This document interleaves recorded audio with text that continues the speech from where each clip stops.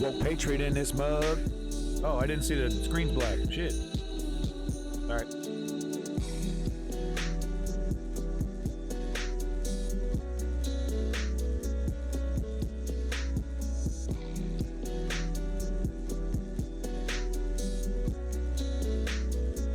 Okay, that just doesn't work.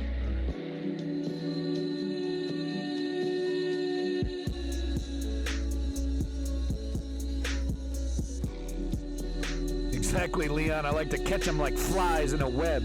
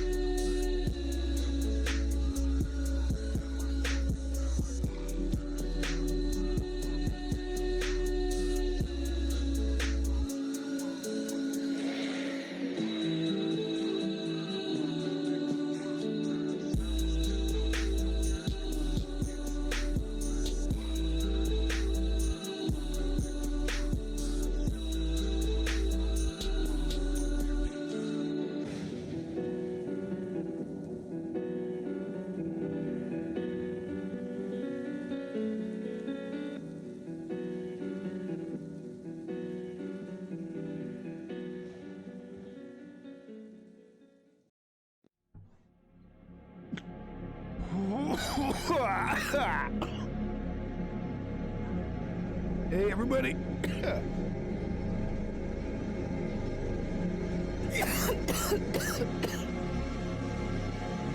What's up? What's up?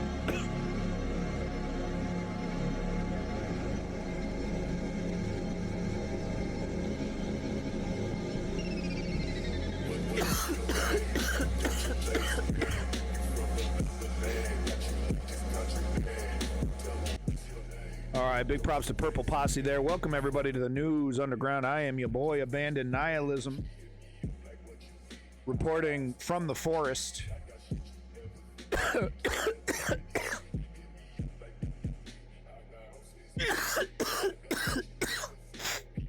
Holy nutsack. Let's turn this down here. How you doing? As you can tell, it's cold as shit out here. I'm stone cold, yo. I'm cold stoned. We call it the bush in Canada. That's where I'm at. Get your shit straight. Sorry, Davins. I'm new to the Canadian thing. Now, laptop ain't overheating here, I tell you that. You'll see it'll start to rain as well. But no, folks, I'm out here in Victoria. Beautiful Victoria, Canada. Little outside of Victoria. In an area called Sooke. S-O-O-K-E, I believe. Wife wanted to get out of the house. But here we are. Canada having actual functioning, legitimately, not just like it doesn't seem to be the same as the UK there. Sorry, folks, I should have smoked first before I started. Reporting live from the Fallout shelter. Hey, big props to Blessed Up Kid, Leon, Davin, Chem Goblin, Woke Patriot, getting in here right off the bat. Sorry I don't have my soundboard. I'd be giving you applause right now. Here in the UK, we have gray belts protecting car parks, no longer in use as green belts. Yikes. Yeah, I mean, Canadians fight hard to protect their green belts, and seeing the situation in the UK, I can see why. You can do manual applause. Is that what you want me to do? Yay! Yay! All right, that's what you want. Literally clap like a seal. All right, folks, let's get to it. Big props once again to Purple Posse and also Static Error. We got an AMV here, Bloodlust. What is this from? I can't. Is this from? Oh, what is this from? Can't quite remember the anime that this is from. Remember animated music videos? Remember when that was a big deal? All right, folks, we're going to be covering Ukraine, U.S., and Israel, Gaza, and of course the protests that have been happening across the world, really, but mainly in the United States, where it should be happening. So it's good to see it happening in the place where it should be. And I got to say, though, it's kind of happening a little late, if you ask me. Kind of playing some catch up here. Welcome back, Trailhead. Good to see you. Thank you for coming in. Vampire is indeed a smash. Indeed. It's so hot here. Yeah, yippee! Okay, all right. Guys, I hate to do this to you, but it is in fact. Hold on, the joke isn't good yet. It's NATO time, Jack. Oh, it's NATO time, Jack. Bo, bo, bo. Bo, bo, bo. It's NATO time, Jack. No, and it's interesting news here. NATO, or Sweden, announcing that it has fully integrated its military already, wasting zero time to get going there. NATO has, or Sweden has basically immediately fully integrated with NATO, whatever the hell that means. I'm not quite sure what fully integrated means, but I assume it's just all the little puzzle pieces are in place.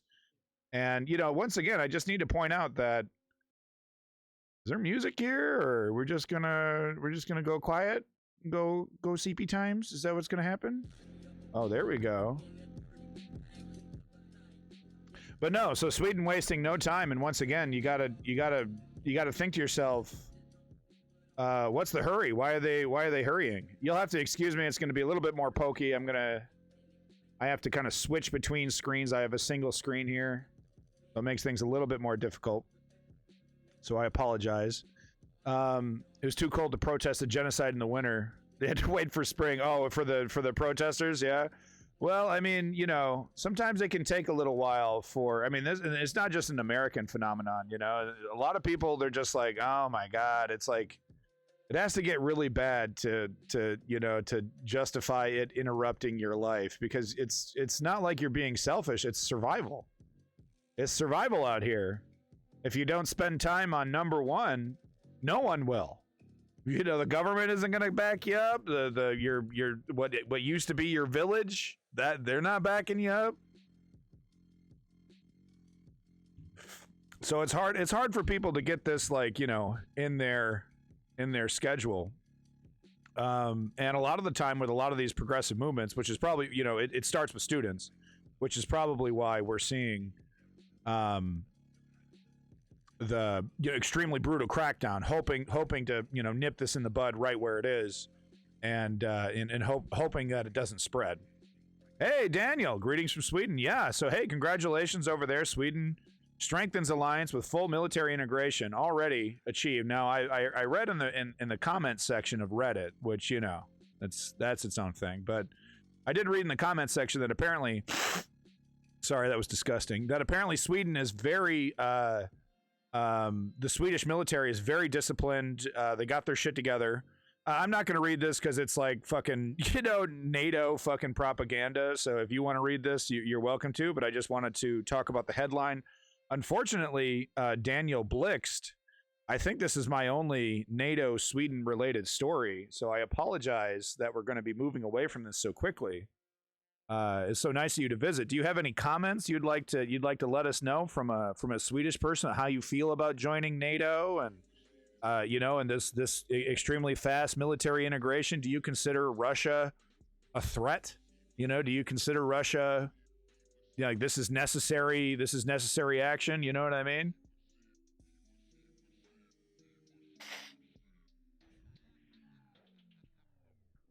Because I gotta imagine, I'm quite neutral about joining NATO. Wow, a Swedish person being neutral, man. What? Where's my soundboard, dude? Where the fuck is my soundboard? Well, that's very Swedish of you. Could you tone down the Swedishness a little bit here? I think I can taste the meatballs in my mouth. Maybe that's something else. Okay, Daniel, well, you're quite neutral on that. So you don't really consider Russia to be an existential threat quite yet, right? Most analysts point out that Poland is really going to be the first target if Russia ever dares to attack NATO. So I could see why. All the same, it seems like Sweden seems to be changing its tune. Yeah, Swedish meatballs are fucking delicious. So once again, Danielle, very sorry that I'm moving on, but thank you for your opinions. And thank you for your comments. I do appreciate it. Hopefully you enjoy the rest of the News Underground if you want to stick around. What is the national? Is it the Smørbjorg? Is it that stuff that makes people puke? That fish that makes people puke? Is that the national dish? So moving on to our next story here. Now, of course, that was really more about Sweden, but NATO, obviously Ukraine adjacent. So I thought I'd put them together. But here's our first real Ukraine/Russia story here, and I wanted to start it off with talking about this hero from Siberia. Two of them. One of them pictured here. She's putting up anti-war graffiti, and she's paying the price. Military court in Siberia has handed prison terms to two teenagers over graffiti they painted protesting Russia's ongoing invasion of Ukraine in 2022. Alexander Snetskov, 19, and Lubyov Litsunova, maybe a couple at age 16. They might have been a couple here. Good job, guy, getting your girl wrapped up in that. Maybe she's the one that dragged him over there, actually. We're sentenced to 6 years. This is just so harsh. 6 years, I think, for the guy, and then 3.5 for her, respectively, on April 25th. A third defendant in the case, Vladislav Vichnevsky, age 20, was handed 18 months of work in an industrial facility to be designated by the authorities with the deduction of some portion of his salary by the state treasury. Wow. So they're going to literally give him a job. You can't leave. You got to work at this, probably an ammo factory, and we're going to garnish your wages. Wow, that's an interesting... I mean, that tells you about the wartime footing right there, that they're doing stuff like that. Snezkov told RFE-RL earlier that he and maybe that's an indication of that. That might have been a rule that already existed. I shouldn't run my mouth like that. So Snezkov told RFE-RL earlier that he and Lizunova wanted their graffiti to express their opposition to, quote, repressions and war in Ukraine. To read the original story, yada, yada. So if you want a link right here. And once again, I wish I had my soundboard because I'd be hitting that applause button real damn hard, folks. This is exactly what I'm talking about. This is steps 1, 2, and 3. This is how you want to, if you're step 3, which is of course action, after you've gathered intel in step 1, after you've decided where you stand in step 2, step 3 is action. And if this is how you choose to represent yourself, skirting the law, challenging empire in this very direct way, my hat's off to you. You are an absolute hero. So thank you so much to this wonderful person who's standing up for what she believes in, standing up for humanity, standing up for Ukrainian democracy, in the most dangerous place to do that. Okay, this isn't, it's not like standing up on a soapbox in Ohio and telling everybody you support Ukraine. That's about as easy as it gets. No, this is legitimate activism where it matters, and she's going to pay the price, all 3 of them. Commenting on NATO propaganda, Swedish military is very good, but number in small, so good quality, but not good quantity. Yeah. Welcome back, Tisriel, the Swedes. What do you mean NATO still doesn't have laser weapons? It's still, when do we get that really good shit that you guys have? No, that's all we got. We got 155 millimeter artillery shells for you. What are you talking about? For real? Give me that good shit. That's what you got. Oh man, there was a spider underneath this table that I was watching, and he's fucking gone, dude. And he could be on me. I could have a fucking spider on me right now, dude. He's got this little web. I knew I should have scared him away before I started. Oh my god, there's a fucking spider. There's a Canadian spider somewhere, dude. Alright, so I'm just gonna deal with a spider as it comes. If you see me completely flip out and like flip the table up, that means that I think there's a spider on my face, okay? There's a reason. I'm not hallucinating. I was watching the spider. He was right here, he was chilling, doing a spider thing, you know, hanging out in his web. Oh my god, I feel it on my leg. Oh my god. You know when you think you have, you know, it's like you see a bug and then you start feeling it everywhere? Oh my god. All right, so anyway, moving on to the next story. That's your agent. Yeah, thanks a lot. So this is just absurd. Guys, bad news. Oh no. Russia says it may downgrade ties with the US if its assets are confiscated. Really, that's what that's the straw that broke the camel's back, yeah? That's the limit, guys. That's it. Yeah, I know. Downgrade where exactly? I mean, they only claim that we're in full-blown war with the United States and NATO. But hey, guys, we're gonna downgrade for real now. Come on now, we're gonna downgrade our relationship if you take our assets, which is shocking to me that they haven't. It really shows just how deep this, this geopolitical game can go. You know, you can obviously be enemies, but there's layers to it. It's like a layer cake almost of severity. And it's amazing to me that the Russia and the United States haven't hit this severity. Shocking to me that Joe Biden hasn't done this. By assets, I think they mean assets of oligarchs and Putin, all these pieces of property. And maybe corporate interests and stocks, who knows, all kinds of things that are owned by Putin and Putin's friends. So it's interesting to me that, like, this is the straw that'll break the camel's back, right? Okay, I mean, fully funding and arming military opposition, getting hundreds of thousands of my troops killed. I mean, that's one thing, right? I mean, come on. But taking my mansions and my yachts and, taking my buddy's mansion and yachts and his bank accounts. Oh, that's too far. That's too far. Kind of bananas, if you ask me. Kind of interesting, and obviously the United States and Joe Biden are aware that this is a big deal, because it's shocking to me that they haven't done this. You would think this would be day one shit. Oh yeah, all your mansions and yachts and property and bank accounts. Oh, that's gone immediately. That's going immediately over to Ukraine. Never forget, brother. I hope you're not a fucking right-winger. Are you a right-winger, brother?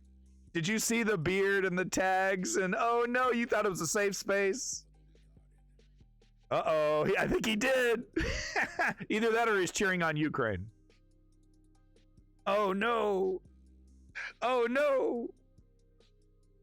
Brother, I hope you're not a right winger, buddy. Me without my soundboard. Why do I not bring my soundboard on these trips? God, I'm an idiot. It's so small. I can put it in my bag. All right, whatever.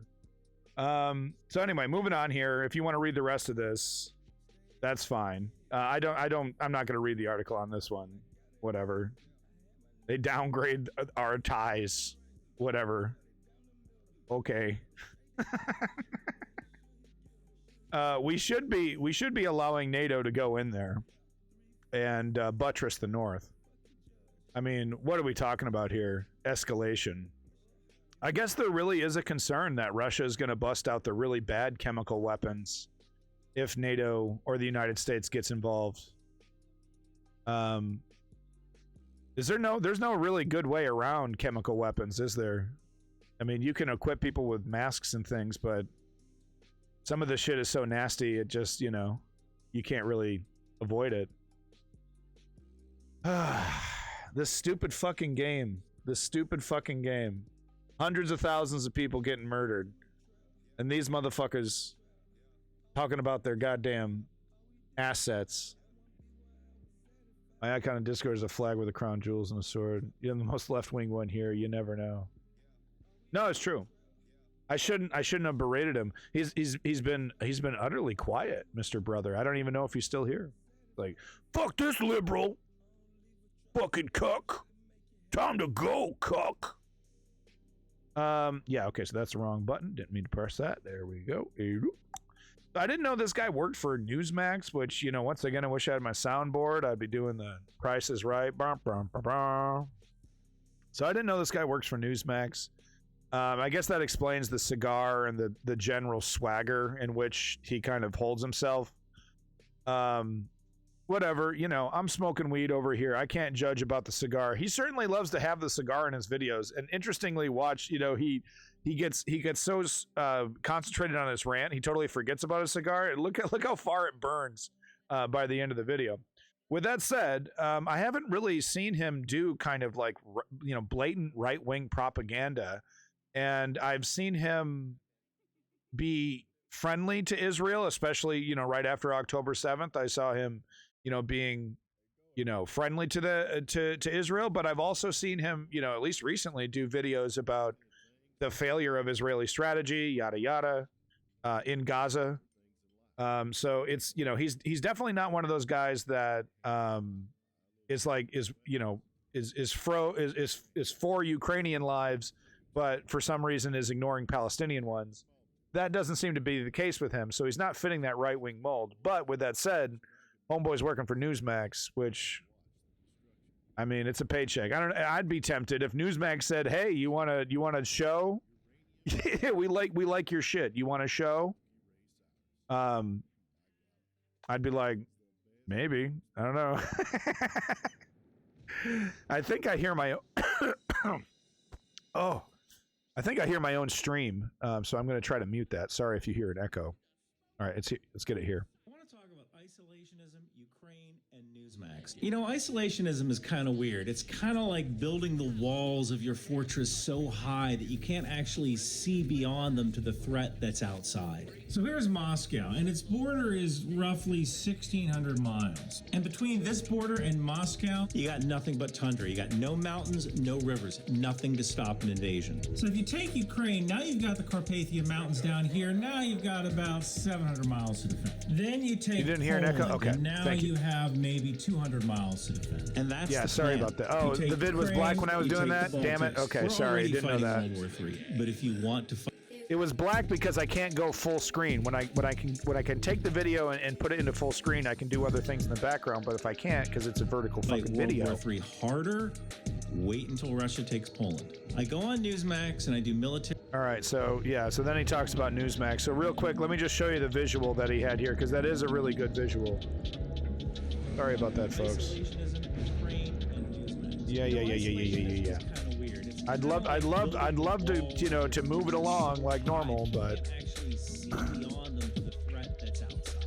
So here's Moscow, and its border is roughly 1,600 this is a miles. mess. Between this border and Moscow, you got nothing but tundra. You got no mountains. No God damn it, rivers, I'm doing it nothing to again, stop aren't I? an Son of a invasion. bitch, sorry. Damn it, I'm doing it again. Mountains down here. Now you've got about 700 miles.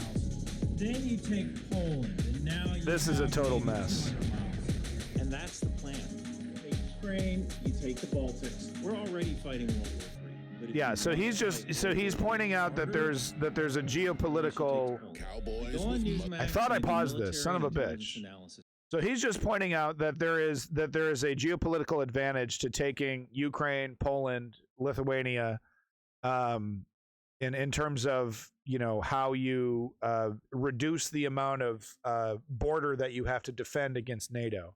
It's obvious setup for something much larger. So I'm not going to make you listen to it a third time, but that's the basic gist of that video. Sorry once again about the production. I only have one screen here. I got to get used to it. Yeah, welcome back, Carl. I'm outside. It's actually warmed up a little bit. Gonna get my... There we go. Looking sexy. Okay. Once the wind starts going, it really cools down. If you give me the link, I can give you a normal link. Nah, I'm not fucking with that. I don't fucking care that much. I mean, I care. Give me a thing like archive.is where I can just put the link into another thing and then it makes it work. So this is an interesting article from Chem Goblin. Thank you, Chem Goblin, for your contributions in the Discord, as well as Woke Patriot and Davey, strategy member, and a person named L. But this is a pretty interesting one, and you know, this shows, what I've been talking about in terms of Ukraine. Ukraine needs to go into a total war stance and stop fucking around here, because we have families that are asking very legitimate questions about, when are these guys thanks, Leon. When are these guys going to be able to come home? They've served. No, brother, I'm not on the front lines of the protest activist movement right now. I'm actually enjoying a vacation. Where's my soundboard? Boo, boo. No, so this is, I'm just outside because I can smoke weed out here. So, but you should go protest. I'm laughing because I'm not being ironic. I do think everyone should get their ass out there and get to protesting, if they can, or do something like this, right? Get the word out. Try to tell people, about what's going on. Try to defend leftist values. Do something. They got away scot-free with no rotating troops for long enough. Time to get shit together and do proper military stuff. Thank you for bringing it back, Tisrael. That's exactly what I was talking about, because, yeah, the Ukrainian military, Ukrainian leadership has been depending on 40-year-olds, 30, 40-year-olds who have been fighting valiantly on the front lines. Actually, one of the oldest militaries in the world right now is the Ukrainian military, because of these absolute hard-ass veterans. I mean, these guys... it's crazy how effective these guys are. They are the backbone, but they need help. They need support. They need to be refreshed, and they need to see light at the end of the tunnel. That it can't be just a never-ending commitment that is extended indefinitely. That's bad for morale. That's how you get fragging situations. You get a lot of heroes killed. Because I don't want my hotel smell of weed. Exactly. But it's also really nice out here, as you can see. So no, this is really interesting. Let me read a little bit here. About 100 people gathered on Independence Square in the capital. Among them were relatives of military personnel, mostly wives of defenders who came to Kyiv from different parts of Ukraine. So all over Ukraine here. The protesters believe that a lack of specific terms of service has a negative effect on the mobilization and morale of the soldiers who protect Ukraine on the front lines. And I can't agree more. I mean, that if I was a soldier who was drafted and it was just an indefinite thing, and I'm working hard, I'm kicking ass, and there's just no end in sight, I would be pretty pissed off. That wouldn't be good for morale. I'm not a soldier, but I think I can empathize with that. Yeah, Leon is 100% correct. Put your name down. And if you have time, put your name down twice. Most important thing, though, is step 3, which is put in the work.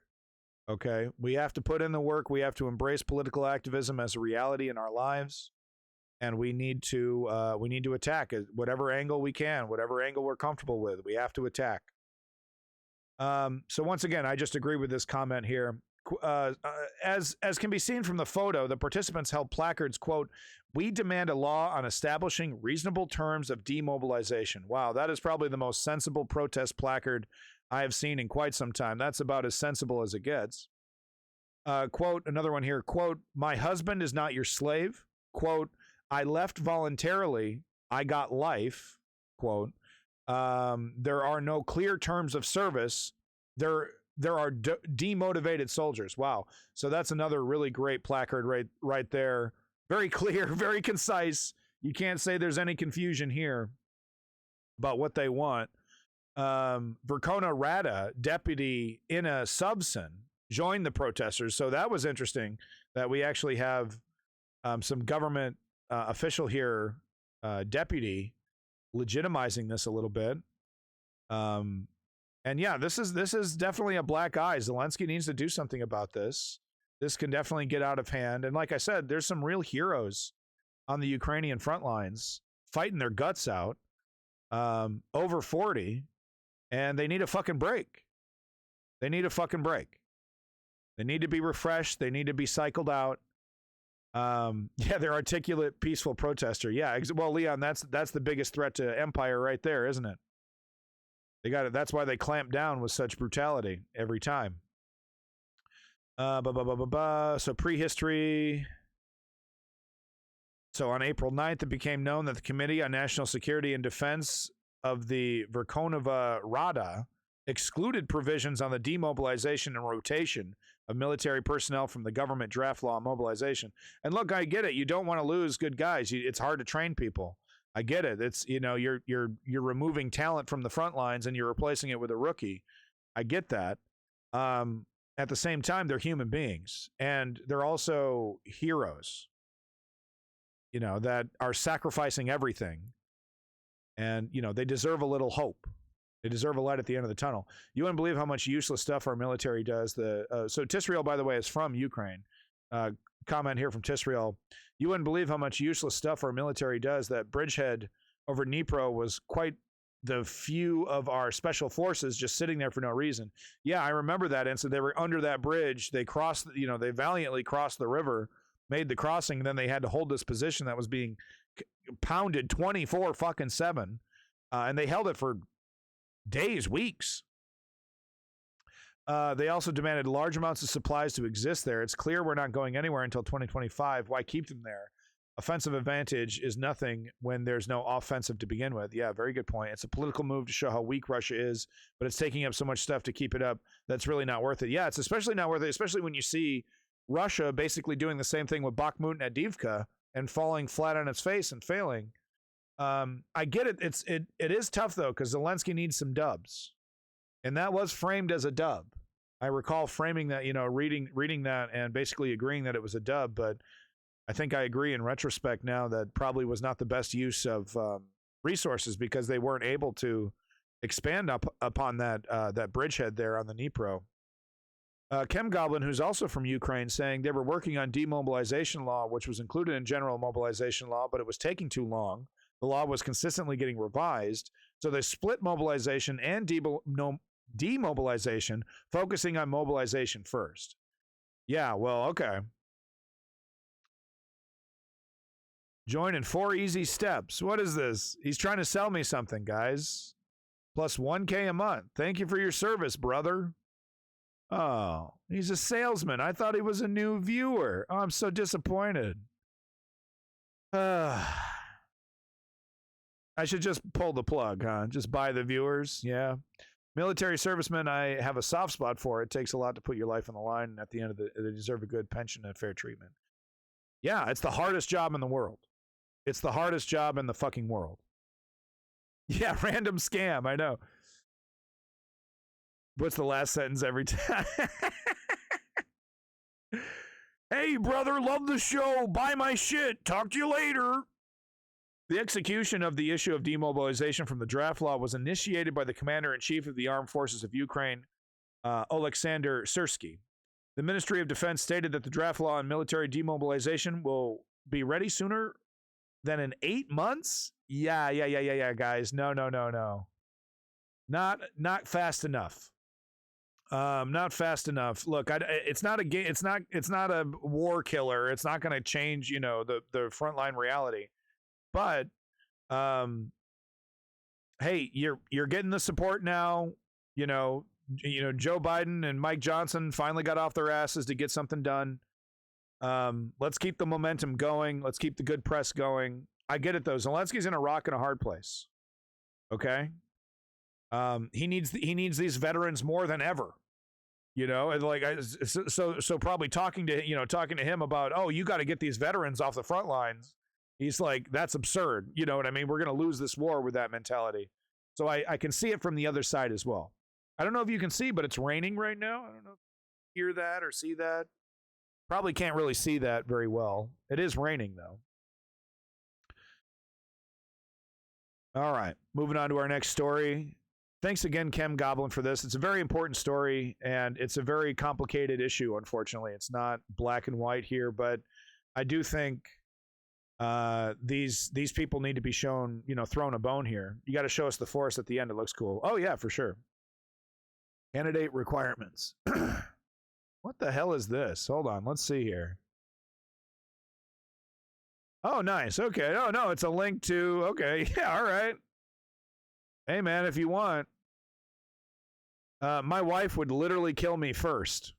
Okay. My wife would murder me well before a Russian mortar blows my head off.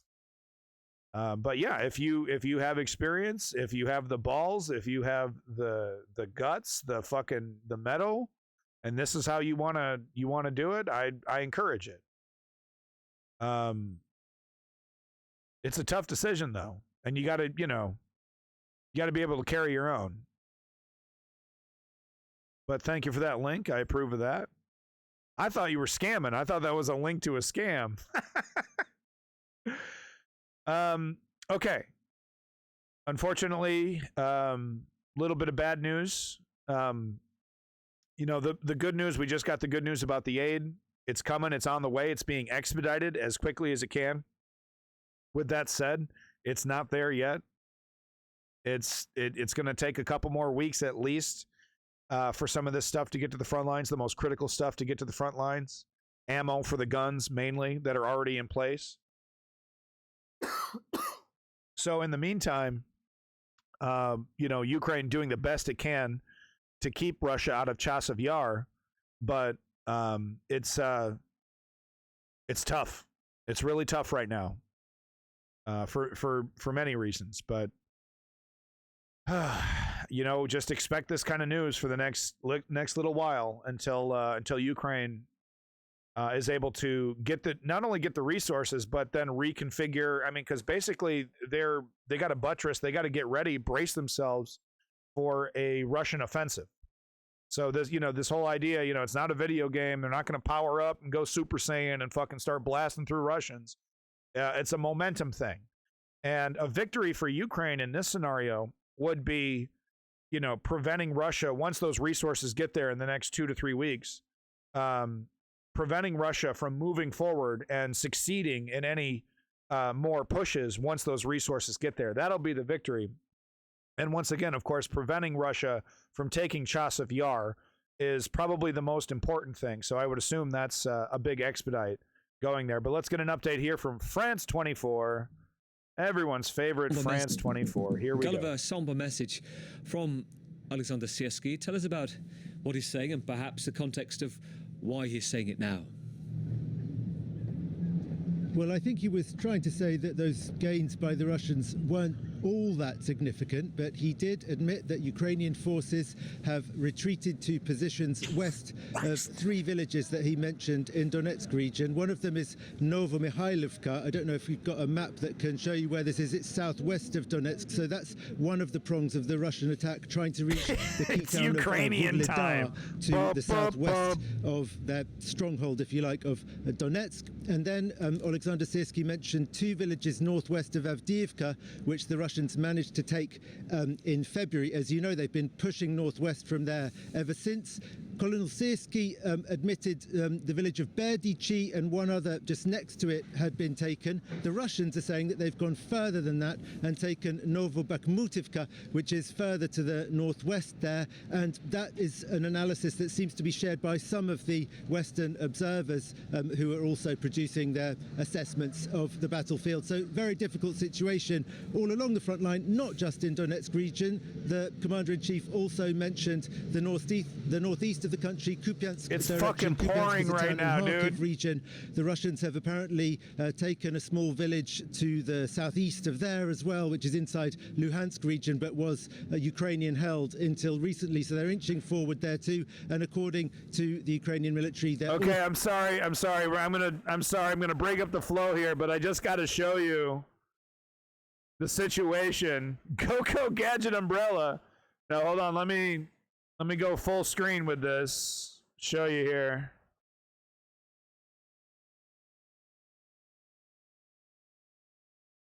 Oh yeah, I get like moisture is starting to flick around. You can see here.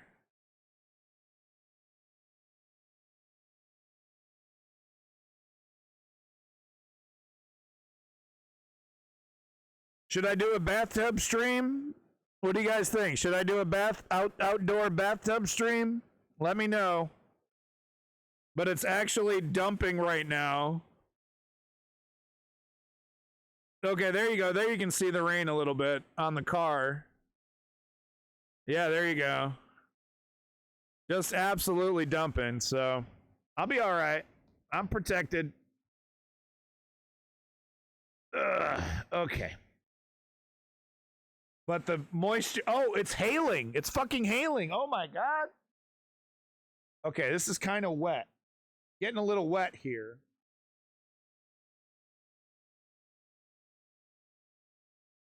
There any way I can protect my laptop this way? I don't want to get it wet. Okay. Okay. Maybe this. This isn't working. No, here, this will work. Okay. You don't need to see me. Here we go.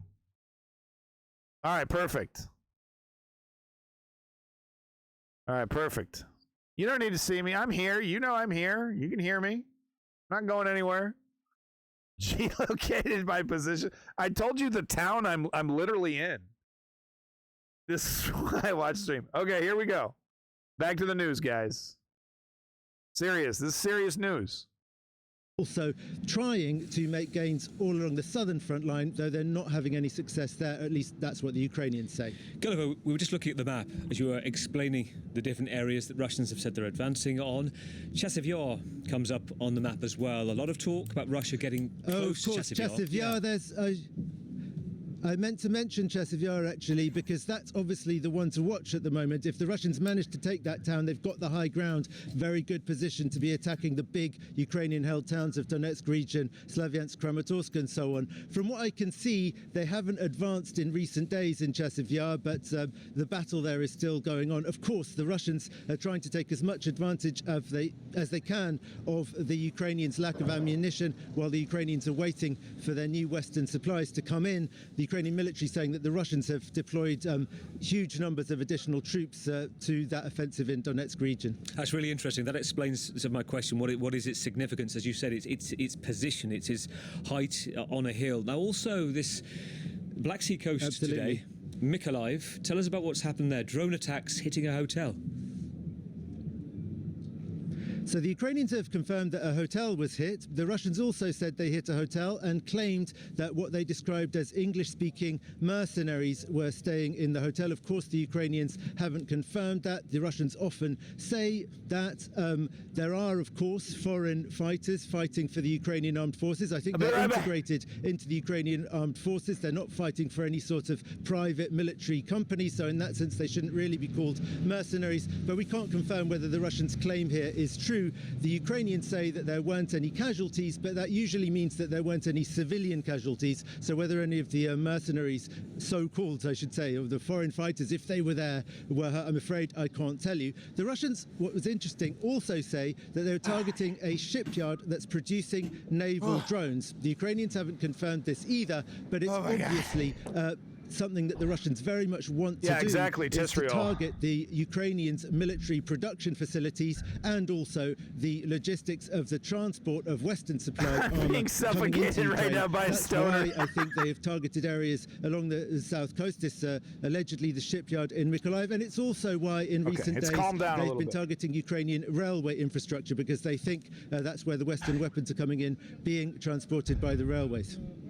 Kind of a great analysis as always. Great to have you back in Kyiv, our correspondent.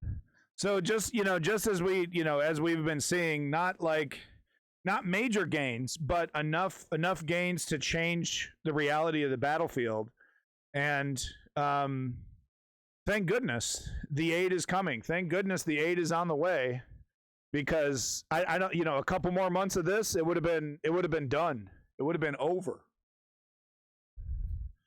That POV is wild. Sorry. It'll come back if the damn rain kicks up. I'll have to put it back over there because I don't want to get, water droplets all over my... I'm far away, but it's still enough to get fucking splattered. Sorry about all that, everybody. My lighter ran out. Perfect time. Survival bottom right. Hello, Al Rakabi. Welcome back. Every time Ukraine hits something in Russia, we get 4K footage of it the day after. When Russia hits something, they release a statement and nothing else. No, exactly. Yeah, we get a lot of... Well, I mean, because, the fog of war benefits Russia right now. So it kind of makes sense why they wouldn't be so forthcoming. All right. Thought I'd give you guys a little red meat here from Canal 13. AI news. U.S. to quote-unquote rush Patriot missiles to Ukraine in $6 billion package. So this is that expedite I'm talking about. Of course, you know, one of the most important components here are, like I said, ammo to some of these systems. And we've all seen how effective the goddamn Patriots can be. So this is definitely good news. Pentagon has announced that it will immediately send Patriot air defense missiles and artillery It's going to turn it down a bit. Ukraine as part of a new military aid package worth $6 billion. Sorry about that. At a press conference on Friday, Defense Secretary Lloyd Austin announced that the United States would provide its largest security assistance package to Ukraine to date. He emphasized that the supplies would be delivered immediately to support Ukraine's defense efforts. Austin announced that the United States is allocating $6 billion for the largest security assistance package to Ukraine to date. Nice. This Nice. package is part of a broader $60 billion aid package recently signed into law by President Joe Biden, which also includes $1 billion in immediate aid. Lloyd Austin, however, said that Patriot systems for launching the missiles would not be sent. Ukrainian President Volodymyr Zelensky has emphasized the urgent need for Patriot systems to counter Russia's escalating air attacks, stating that they could save lives immediately. On Saturday, Ukraine reported a large-scale Russian airstrike. Authorities in Kharkiv reported damage to a hospital. Not while yet, Energy Minister Estonian. German Galashchenko stated Motherfuckers. that energy facilities in 3 regions were targeted. Ukraine reported that Russia launched a missile attack involving cruise missiles, S-300 surface-to-air Sorry, missiles, Kev, and that's not Iskander me. ballistic missiles. According to Ukraine, they successfully intercepted 21 missiles using aircraft, air defense systems, and jamming techniques. AI doesn't know how to do audio, I guess.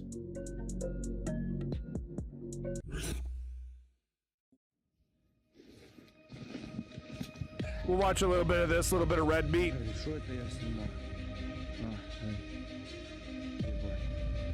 Please send us more Patriots. Missile recently hit a bridge close to me. Jesus, I'm so sorry, Tisriel.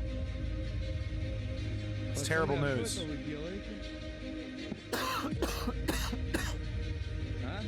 Hey, Tisriel and Chem Goblin, make sure you're listening to those air raid sirens. Do not ignore them.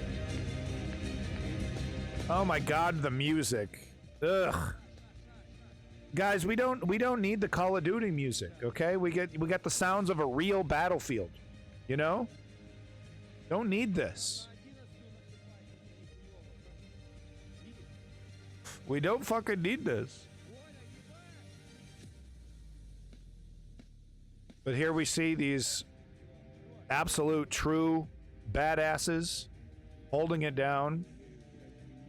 Keeping America, keeping Ukraine sovereign. That was not a Freudian slip. I would like to see more of evidence of this Ukraine is a puppet state of the United States nonsense. Sounds right out of like the Da Vinci Code.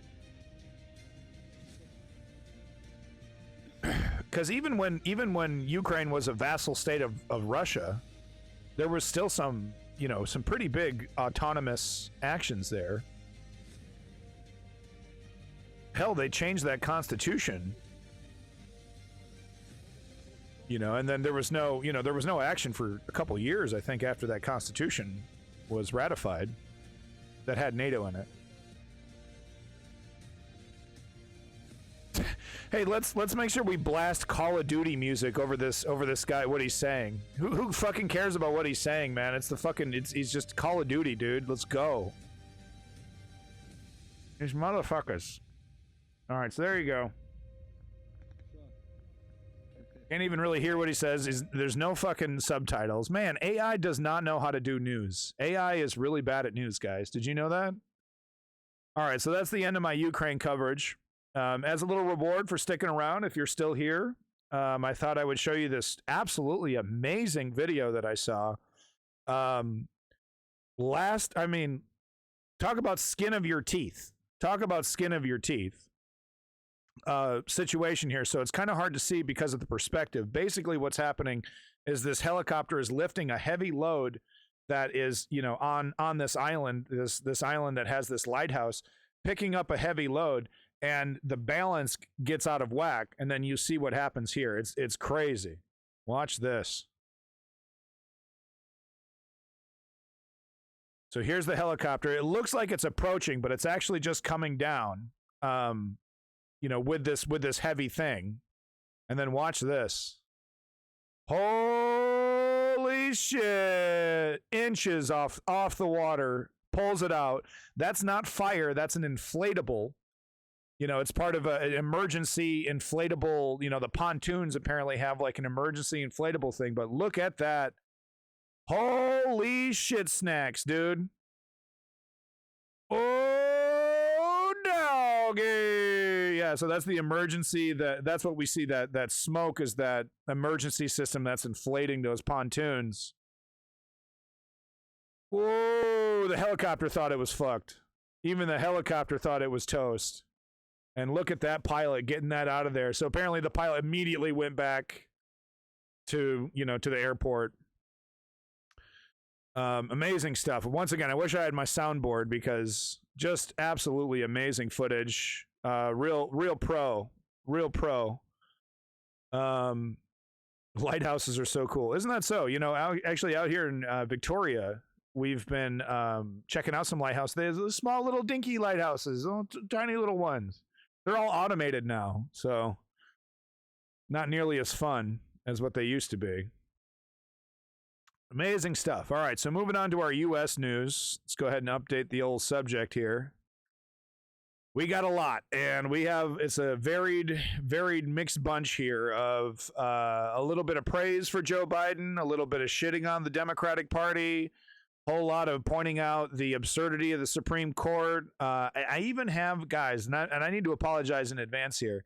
We're going to listen to not one, but two clips from NPR. I know. Not the whole thing each time. I don't think we're going to listen. The Ashley Judd one, no. We're going to listen to the whole thing. So I have to apologize in advance, but I must say NPR surprised me with its coverage of Palestine and Gaza. Yeah, Victoria, BC. Really surprised me with its coverage of Gaza and Palestine, and has actually been more open to the idea that Palestinians are human beings recently, which is really wild to me. And we've been so I've been listening to a little bit more of them. They're actually one of the only radio stations on the island that I can actually pick up on my car. So I was listening to it, and there was two segments that were actually really good.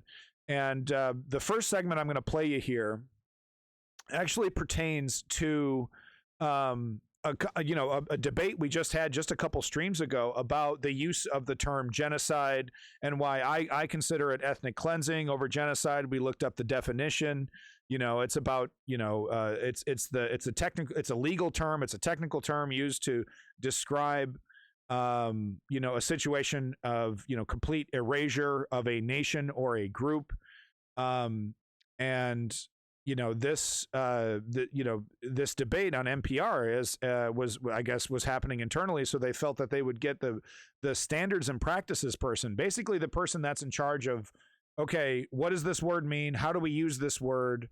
In what context is it okay to use this word? And how do we, because they're trying to stay consistent with their journalistic values. If you want to, NPR is pretty fucking spotty. Okay, if anyone remembers NPR from the Bush era, anyone remembers NPR during the Bernie era, Bernie Hillary era, not exactly squeaky clean. But this is a really fascinating look under the hood of NPR, an interview, a very quick 5-minute interview with the director, the head of standards and practices, talking specifically about the word genocide. And I thought this was really great to show everybody, or everyone we're going to listen to it, because, like I said, we just had this debate about it.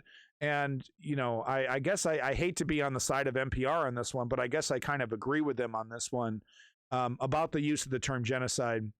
And I guess that means I agree with Destiny as well, which sucks. But here we are, because that's what during that Lex Friedman interview, that's that horrible comment that he made about, I don't even think the Holocaust would be considered a genocide. he's technically right, and that sucks. I'm sorry. It sucks. But he's technically right. And it sucks because he's such an arrogant bastard. But it looks like he's technically correct, but I still stand by what I said earlier, that during that debate, that it's kind of pedantic. It kind of doesn't really matter because, everyone knows what you're talking about. At the same time, when you start using generalities, you start using terms incorrectly, that does open up an opportunity for bad actors to, try to pick you apart in various ways. It does open you up to attack. And I'm always wondering about messaging, optics, things like that. Feels like there's a spider on my leg. I never know when there isn't a spider. He's still gone. Spider is gone. I don't know where the spider ever went. Okay, so let's listen to this NPR. Oh, the other thing I need to apologize is that we're also going to listen to a Rachel Maddow clip. I know I need my booze. I need my booze big time. I'm sorry I don't have my soundboard so that I can hear the booze that you're currently giving me right now. But her multi-million-dollar journalist writing room put together a really good recap of the Supreme Court of the United States scandal, how they're entertaining this Trump immunity. She breaks it down really, really well. So the first 3 clips are unfortunately motherfucking bread tube, dude. We're doing the bread tube segment, all right? So I'm sorry in advance, but let's get to it. These are actually really good segments. The Ashley Judd one is about abortion and women's rights. It was beautiful. Her words were beautiful, and I need to play them for everybody. So that's why we're going to listen to that clip. But this is the first one: how NPR decides the words we use to describe war. And yeah, it is audio, so I'm just going to be playing, I don't know, something here. I'll find something to play on the thing for you. Words are powerful. And in newsrooms, there are words are powerful. Words are powerful. Words are powerful. There are constant debates over how journalists should use certain words, like when should a reporter call a false statement a lie or call an attacker a terrorist? The person who guides NPR's thinking on these questions is our managing editor for Standards and Practices, Tony Cavan. Lately, he has been sending out regular guidance on language around Israel's war against Hamas in Gaza.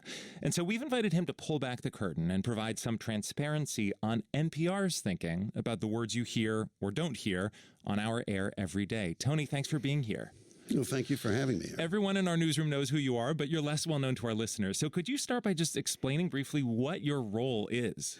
Sure. We have an ethics code that we are supposed to follow that makes us fair and responsible journalists. And my job is to do my best to make sure we're actually following that code.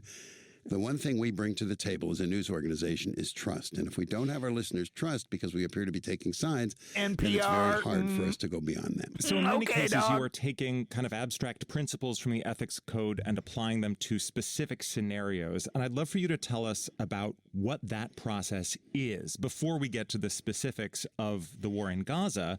Like, how do you approach a question that many people will disagree on the correct answer to? Early in my journalism career, there was a national debate over whether to use the word torture to describe abuse of detainees in U.S. custody. What is your process for coming up with an answer to a question like that? It was clearly torture. The process is to discuss it. Great job, NPR. I don't want you to think for a moment, I don't want our listeners to think for a moment that I am either smart enough or arrogant enough to try and do all of this by myself. I talk to our newsroom leaders, I talk to editors, I talk to people like yourself, I talk to our reporters, and we work through these questions and try and come up with the answer that is as fair and truthful as possible. All right, let's look at the story that is on our air every day and has been for 6 months, the war in Gaza. In the memos that you have sent out since October 7th, the word genocide has come up more than once. You have written, it is one of the more powerful words in the English language.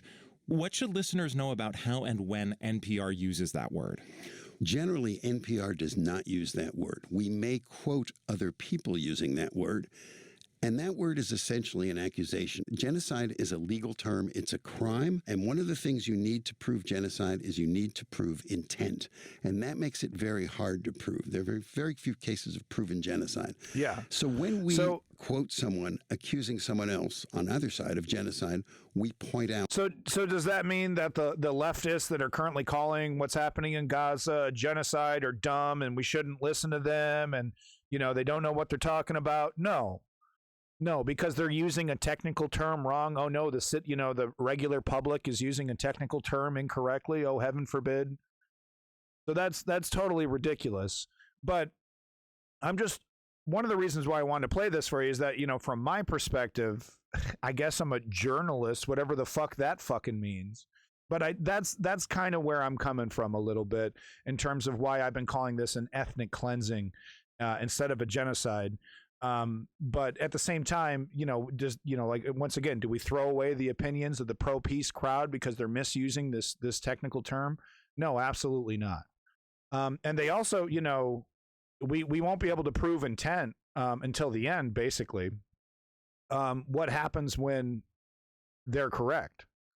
When it's no longer, like, do we want it to get to that? So, I guess they were correct in retrospect. Do we want it for that to be happening? Like, I don't think so. We're going to listen just a little bit more of this. Let him finish his thought here. Of genocide, we point out whether or not the accused has responded and said that this is not true. And also we point out that it's a legal term and what some of the conditions you need to meet to make that legal term are. So we're not just letting that accusation hang in the air as if it were there all alone, but we try and let listeners understand what that accusation means, who's responded to it, and the listeners themselves can decide whether or not they think it's valid. They don't do a good job of that. You dig into in your most recent memo are anti-Semitism and Islamophobia. Just to quote one section from your most recent guidance, you write, criticizing Israeli government policy or Prime Minister Netanyahu is not anti-Semitic. Criticizing Netanyahu because he is Jewish is. Linking all Jewish people to Israeli government policy is anti-Semitic. Yes, yeah. And later you add, I avoid that as well. What seems like maybe a possible understatement, the lines can be blurred. So what is your bottom line for NPR as a news organization when we think about how we should or should not label actions or statements as anti-Semitic or Islamophobic? I think we should use descriptions rather than labels whenever we can. However, if, for example, students at a university feel that demonstrations against the war have crossed the line into anti-Semitism, we need to explain why. If we don't explain why, it might give off the impression that could be false, that those students simply think that someone criticizing Israeli policy is being anti-Semitic. But those students, and it's all very hypothetical, may well say, no, there were people making specific accusations about Jews in those demonstrations, and therefore we feel they were anti-Semitic. The same would be true for Islamophobia.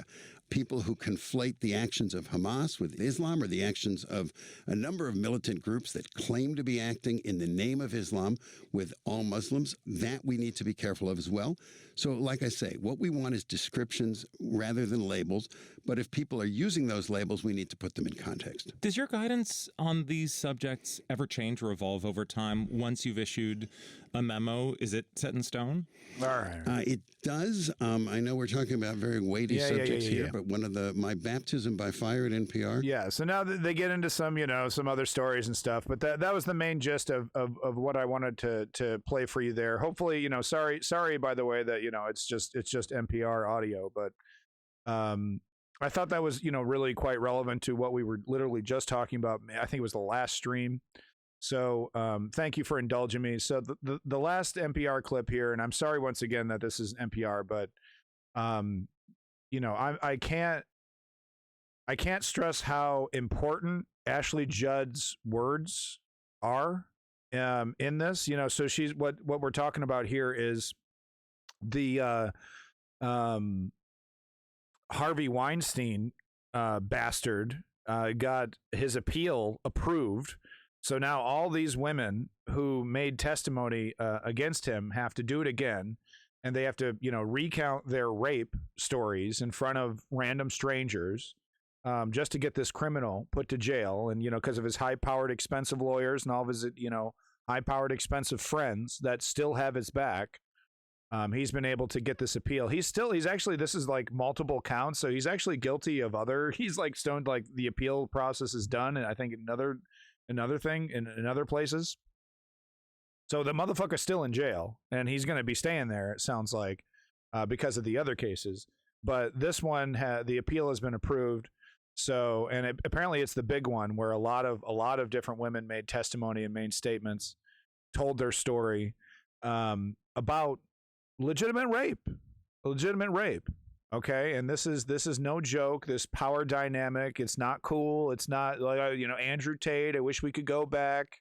It's absolute bullshit. Do we believe in equality and equity, or don't we?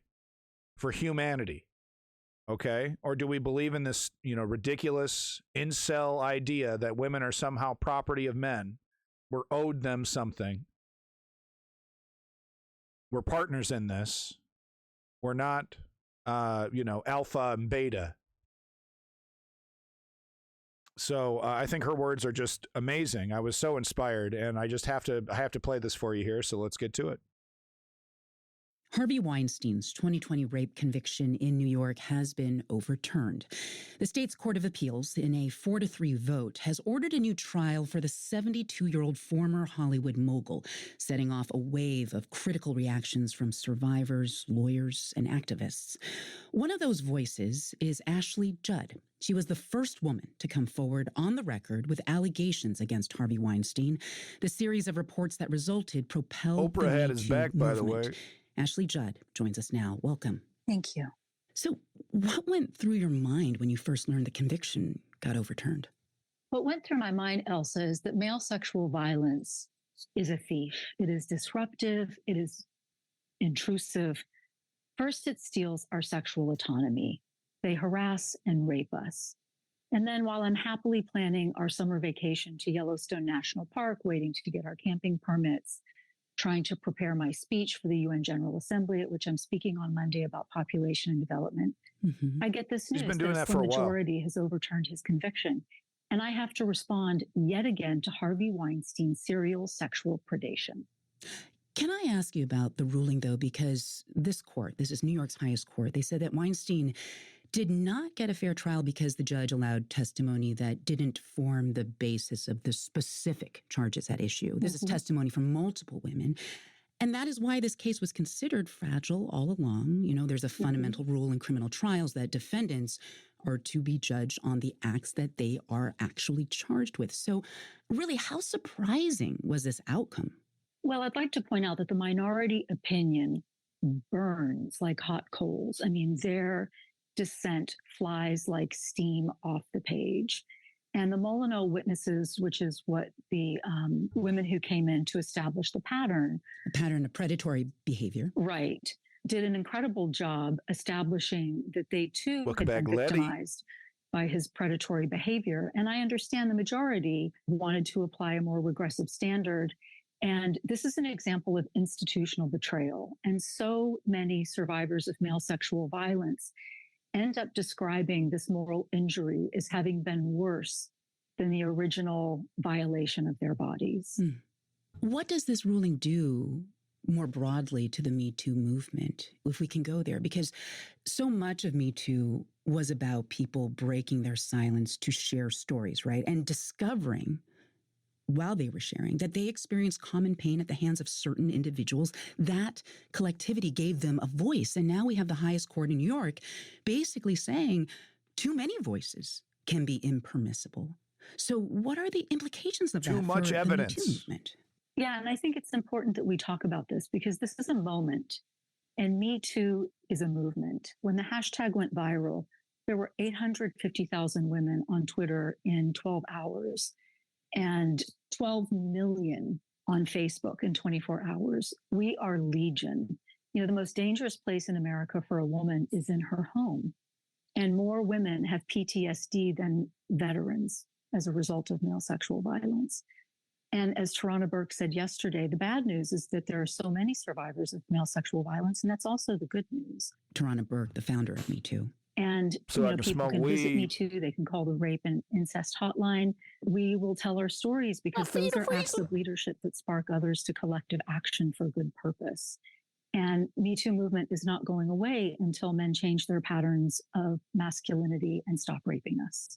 Yeah, that's a must. How does that, what you've just described as the Me Too movement, how does that impact criminal proceedings? I mean, the Manhattan District Attorney Alvin Bragg says he does intend to retry this case. But if the message from New York's highest court is just keep the case simple, basically stick only to the testimony that directly relates to the charges, Do you and others who came forward during the first trial think that you should back off now and stay out of the second trial? You know, Elsa, I walk shoulder to shoulder with women with bloody knees. And if my sisters in New York who are eligible to prosecute Harvey Weinstein choose to do so again, you know, at great emotional cost, I will absolutely be with them. And, you know, being a courtroom is a hostile environment for a survivor. It is not a healing space. You know, they are asked to perform their trauma. Judges and juries don't necessarily understand that stranger rape is largely minimal. We know the men who rape us. And it's a very tall ask to ask them to come forward again. And I support everyone's individual decision, whatever she may choose. As much as this moment right now has been described as a setback, what would you like to say to people who are feeling that way? This is where it gets really about good. How to move forward. I think all of our emotions are valid and appropriate. And I have learned in a bad way that emotions are energy in motion. And it's important that I feel the full range of my humanity. And anger that is processed becomes strength and motivation. And so when I travel that journey from my rage to my strength and motivation, I feel that male entitlement to female bodies is the up with which I will no longer foot. And I find that hill on which I am willing to die. Amazing.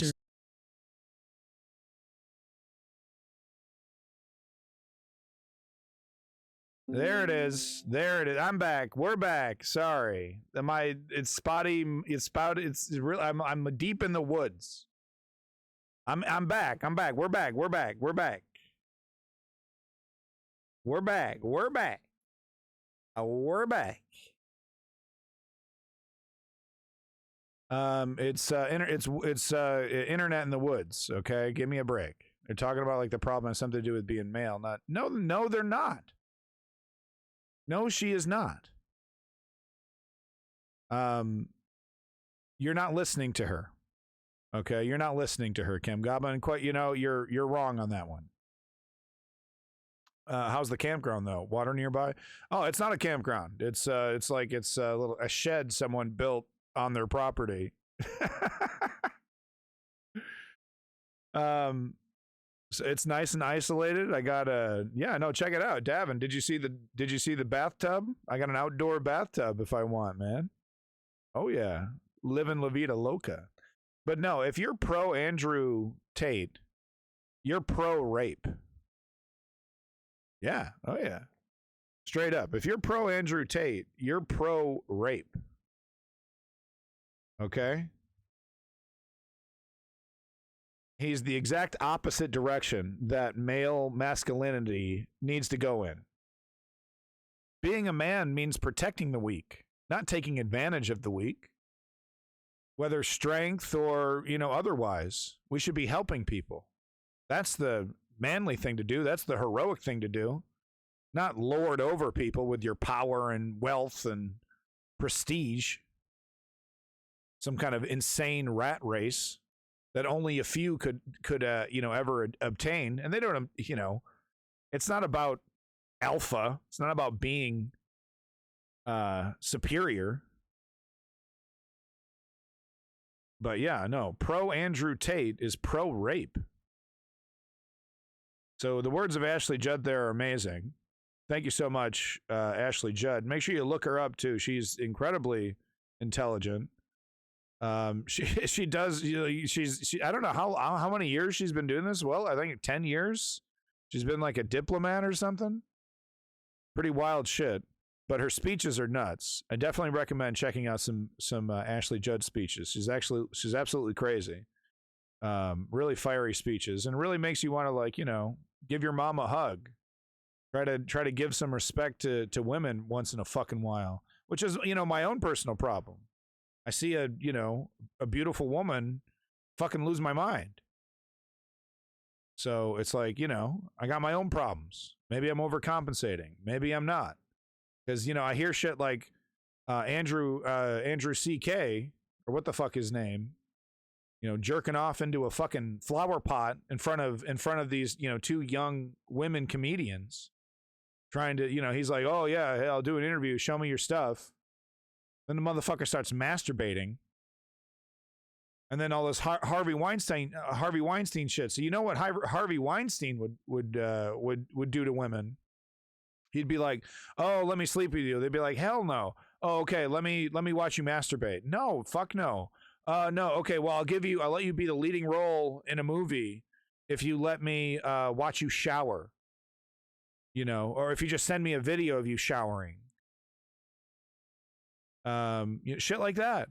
He'd go down the scale, right? Like if you wanted to really cash out, if you wanted to be like, oh, I'll give you a three movie deal if you sleep with me. I mean, they do kind of opposite of what he does in a bad way. He's saying how males can be all these good things while they're talking about how males have toxic masculinity. So yeah, that one comment, I think I know exactly what part you're talking about, because I was thinking to myself, people are going to misunderstand that when I was in the car. So it's interesting that you're I know exactly what part you're talking about. But no, she's not equating all masculinity to being negative. But I guess she's just not using the term toxic masculinity. When, look, when guys understand that masculinity is inherent, it's in this, it's pumping in our blood. We're like this, right? Fucking beating our, doing all that shit, right? It's in there. And sometimes that can be hard for a woman to kind of understand a little bit, right? But if we don't, yeah, absolutely is true. No, there's every man wants to protect the people that they love and wants to make sure that they're able to, stand on their own 2 feet in their own ways. Yeah, regardless of, but okay, now we're getting into gender shit, which is, we got to move on, Chem Goblin. Look, take that shit to the fucking professor, okay? I agree with that, Chem Goblin. Yeah, no, I agree with that. If you want to call it something else other than masculinity, that's fine. But that's how I, define masculinity, is this urge to protect and make the world a better place, and defend yourself where necessary, and all those kind of things. And I think a lot of those urges and instincts that are inherent to people like us, not just men with nuts and berries, is that we, that those feelings, those urges can be twisted and misconstrued and turned into something ugly. Nationalism is a big part of that. Anyway, hope you found, I really just wanted to move on from that really quickly, but we had to have a gender studies debate. But I hope you found those words of Ashley Judd inspiring. So the last puke-worthy fucking bread tube style MSNBC video that I have for you queued up is, like I said, this recap of the Supreme Court of the United States. It's just atrocious. It's nightmarish. And honestly, this is how I feel what's happening, is that they want to give Trump a chance electorally. They want to give him a chance.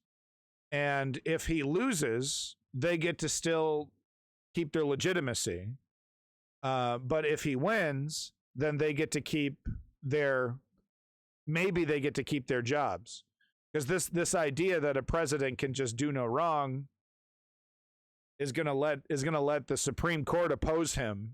Pretty ridiculous.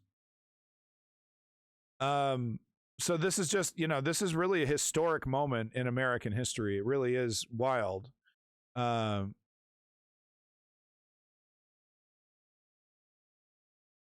Okay, Chem Goblin. Wow. Okay, yeah. Let's get. Hey, Chem Goblin, how valuable is getting bogged down in a debate about the definition of terms? How far does that progress movements? Does that progress movements leaps and bounds when you get bogged down in the definition of terms like that?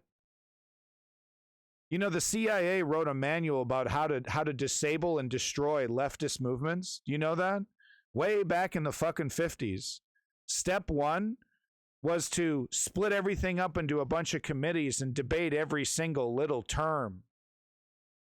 So you're actually doing exactly what the CIA wants you to do when it comes to leftist movements and leftist discourse. You're getting bogged down in a bunch of semantic bullshit instead of focusing on the real crimes that are happening. Ashley Judd pouring her heart out, and dozens of other women going to be pouring their heart out about how they were physically raped, and you're over here having a fucking soapbox about the definition of this and fucking that. How valuable is that to the fucking movement for women equality, for female equality and equity? Spinning your fucking tires. So anyway, puke video here. Great recap of Supreme Court of the United States. Let's get to it. The appeals court proceedings made headlines across the country after one of the 3 appellate judges who heard the appeal asked Trump's lawyer in court a shocking hypothetical about whether he could order the assassination of a political rival and really not be charged for it. Trump's counsel said, indeed, that was their position. So all of the federal judges who reviewed Trump's audacious immunity claim, all of them have seemed not just disinclined to go along with it, they have seemed shocked by it. And their clarion decisions, again, at the trial court level and at the appellate level, their clarion decisions against him on this immunity question really seemed like they would be the last word. But with this Supreme Court, never say never. Never say the never, United States dude. Supreme Court No. sat on this issue for weeks and They're then gonna do finally it. announced that Maybe. they wanted to take this case themselves. They're kicking the They can announced down they the would road. take it today, what is probably the latest possible kicking the day can down on the which road. they could have scheduled these arguments. To the extent that Trump's best defense tactic is delay, the Supreme Court has already been an excellent accomplice in that defense. Yeah. Even with that 100%. backdrop, the arguments today were legitimately, I think, stunning. Ghoulish, Trump's insane. counsel was grilled for about an hour. The counsel for prosecutor Jack Smith in the Justice Department was grilled for nearly twice that amount of time. But almost immediately at the start of proceedings, under questioning from Justice Sonia Sotomayor, we got confirmation that the appeals court hypothetical, that crazy hypothetical about Trump being able to assassinate his political enemies and never be charged for it, we got confirmation right at the start that that was not a fluke. President Trump, in fact, maintains, and his lawyers maintain, that he really is immune from prosecution, specifically for killing his political rivals. Yeah, no biggie. Legit, just totally I'm absurd. I'm going to give you a chance to say, if you stay by it, if the president decides that his rival is a corrupt person, he's got no choice, and he orders the military or orders someone to assassinate him, is that within his official acts that for which he can get immunity? It would depend on the hypothetical, but we can see that could well be an official act. It could, and why? That could be an official act, really. He might officially, as part of his presidential duties, want to kill his domestic political rival. And if it's an official act, Trump's lawyers say, well, he's immune from prosecution for that.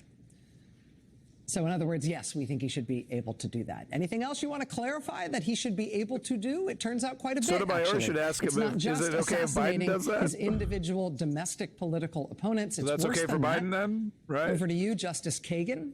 Again, here questioning Trump's counsel, John Sauer. If a president sells nuclear secrets to a foreign adversary, is that immune? That sounds like similar to the bribery example, Official likely act. not immune. Now, if it's structured as an official act, he would have to be impeached and convicted first. What does that mean if it's structured as an official act? Well, I don't know in the hypothetical whether or not that would be an official act. You'd probably have to have more details to apply the Blazing Game analysis, or even the Fitzgerald Do whatever you analysis want, that we've man. been talking about. How Go about if a fucking president nuts. orders the military to stage a coup? I think that, as the Chief Justice pointed out earlier, where there is a whole series of, sort of guidelines against that, so to speak, like the UCMJ prohibits the military from following a plainly unlawful act. Now, if one adopts, for example, the Fitzgerald test that we advanced, that may well be an official act, and he would have to be, as I'll say in response to all these kinds of hypotheticals, has to be impeached and convicted before he can be criminally prosecuted. Insane. But I emphasize to Totally the point, Well, outrageous. he's gone. Let's say this president who ordered the military to Totally stage a coup. outrageous, dude. He's no longer president. Like he wasn't Raven. impeached. He couldn't be impeached. No, like Jim. But he ordered the military to stage a coup, and you're saying that's an official act. Good to go. That's immune. I think it would depend on the circumstances whether it was an official act. If it were an official act, gotta impeach him first. Well, what does that mean? Depend on the circumstances. He was the president. He unless the president assassinates everybody. He talked to his generals. Wait a minute. Now we can't impeach him. He told the generals, "I don't feel like leaving office. Now he can do whatever he wants. Is that immune? If it's an official act, there needs to be impeachment and conviction beforehand because the framers viewed that kind That's of... what they wanted, guys. Is it an official act? If it's an official act, it's impeachment. Is it an official act? On the way you've described that hypothetical, it could well be. I just don't know. You'd have to, again, it's a fact-specific, context-specific determination. That answer sounds to me as though it's like, yeah, under my test, it's an official act, but that sure sounds bad, doesn't it?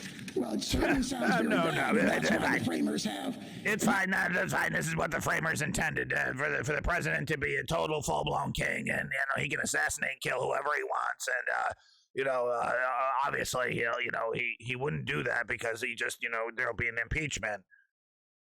Except the president can kill whoever he wants, so he's going to kill anybody who tries to impeach him, just like North fucking Korea.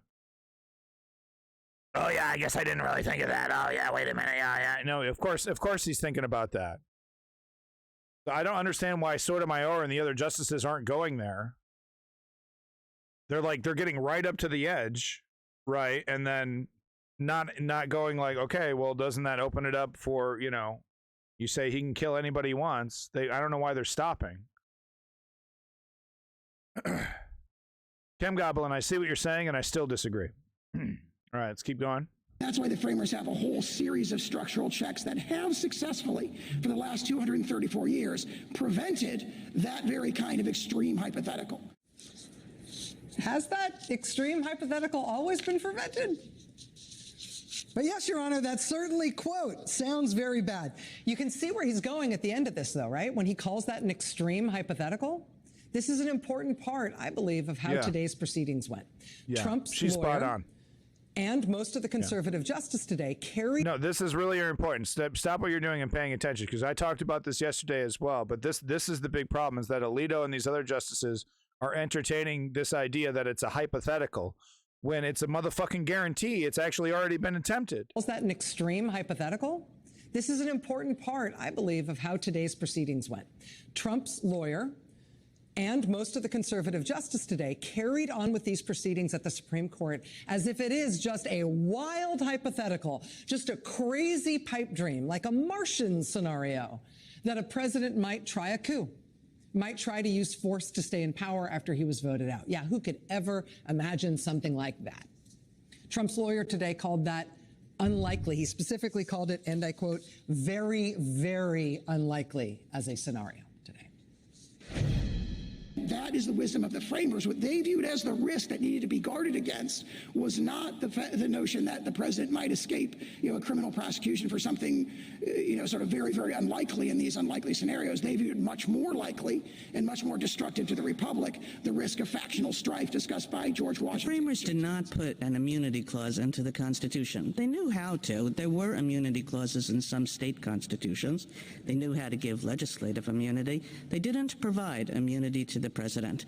And, not so surprising, they were reacting against a monarch who claimed to be above the law. Okay, Wasn't thank the God. whole point that the president was not a monarch? And then, so his reply of, I don't know why they cut out his reply, because his reply is like, oh, well, there's checks and balances. But then they don't go to the next logical step is, well, those checks and balances can be easily subverted by a president who now has the authority to kill whoever the fuck he wants. He has the authority to destroy those checks and balances. How come they don't go to that part? America, why we're a country. Justice Elena Kagan there with Trump counsel John Sauer. Basically what he's saying there is the idea of anyone actually trying a coup to stay in power, a president trying that's crazy. That's crazy. That's so extreme. We don't have to worry about a hypothetical like that. It's really partisan strife. It's really conflict between political parties. That's the biggest risk to the country, not this crazy idea of a potential coup. Justice Kagan there responding by basically saying, yeah, okay, also, but maybe tyranny, maybe a tyrant, unbound by law, running the country with impunity. Maybe that would be bad for us too. Maybe that's why we were actually formed. as a constitutional republic. As a general matter, it is folly to extrapolate from oral arguments and say that you know how the ruling will come down based on the comments from the justices when the case was heard. With that caveat, though, it seemed clear today that the most conservative justices were inclined to side with Trump, not just on a technicality, but possibly on the substance. It's insane. It's Justice true. Clarence Thomas suggesting today that presidents are always committing crimes. Shout out to Operation Mongoose from Justice Clarence Thomas today. Justice Brett Kavanaugh and Justice Samuel Alito today describing prosecutors and judges and even grand juries of citizens in terms that would be right at home in a Trump social media feed about how there isn't really a rule of law in this country and that what looks like our supposed legal system is really just corrupt people who are out to get Donald Trump. The conservative justices today were absolutely and consistently unwilling to discuss Trump's alleged crimes as laid out in the indictment that led to this case, to the point that it became almost a comedic, gymnastic effort at avoidance between Justice Alito and the lawyer for special counsel Jack Smith.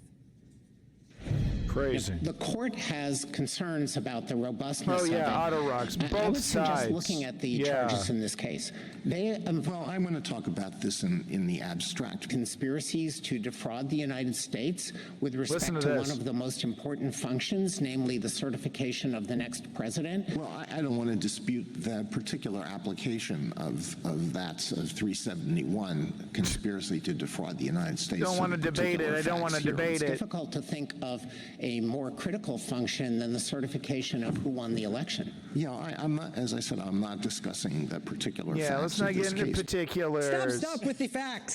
Stop. Do not tell me about the things that whoever your client is did, or the things in the indictment of whoever your client is that led to this case, whatever it's about. I want to speak purely in the abstract as if the particular facts of this case, the particular facts of what Donald Trump did, are actually just an unimaginable, extreme hypothetical that I don't need to engage with. The not consensus, but I think widely held view of today's proceedings at the United States Supreme Court is that the conservatives on the court will likely succeed in using this case to further and fatally delay criminal court proceedings against Donald Trump before the election in November. Rather than reject his claims of immunity from prosecution, like all the federal judges who have considered this matter before them have done, they instead will carve out some newly specified class of actions that are immune from prosecution if you're a president. And they will invent a test for deciding what counts as that kind of action by a president. And then they will send Trump's indictment, Trump's federal January 6th case, back through a whole new cycle in the lower federal courts to run his attempted overthrow of the government through the court's newly invented legal test that they are going to make for him in this case. Yep. Oh, fuck. Which, will take forever, because in the meantime, of course, he will get a chance to get back into the White House in order to shut the whole thing down. Yeah.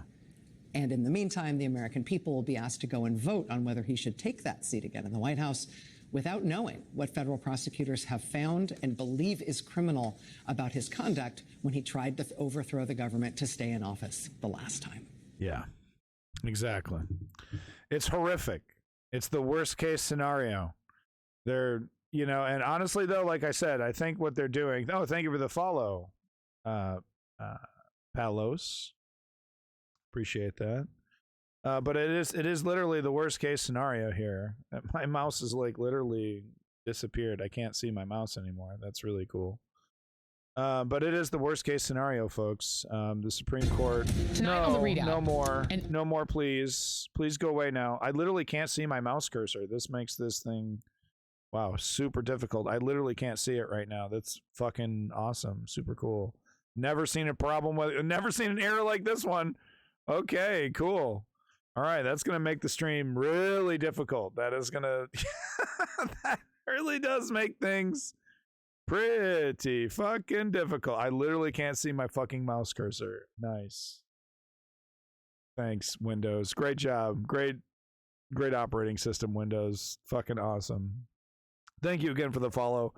Palos, so once again, sorry about the Rachel Maddow, but point taken, hopefully, that this is historic. They're kicking the can down the road, basically, saying, okay, well, if here you go, Trump, big layup to Trump, here you go, buddy, it's up to you now. Can't do anything about the sex stuff, can't do anything about the kickbacks and the sex stuff and the real estate shit. You're on your own there, buddy.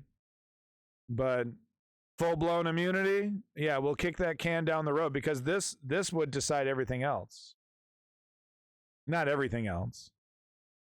But there were some pretty important cases that were waiting for this decision that's being kicked down the road. So it's a big high five to Donald fucking Trump by the Supreme Court. It's horrific. It's horrific to see, but it's not over yet. So let's not get completely doomer. It's not over yet, but it's definitely not good news. Confirmed, the court does not have integrity. Hey, Smash, how you doing? Well, right now I'm not doing so great. I literally can't see my mouse cursor.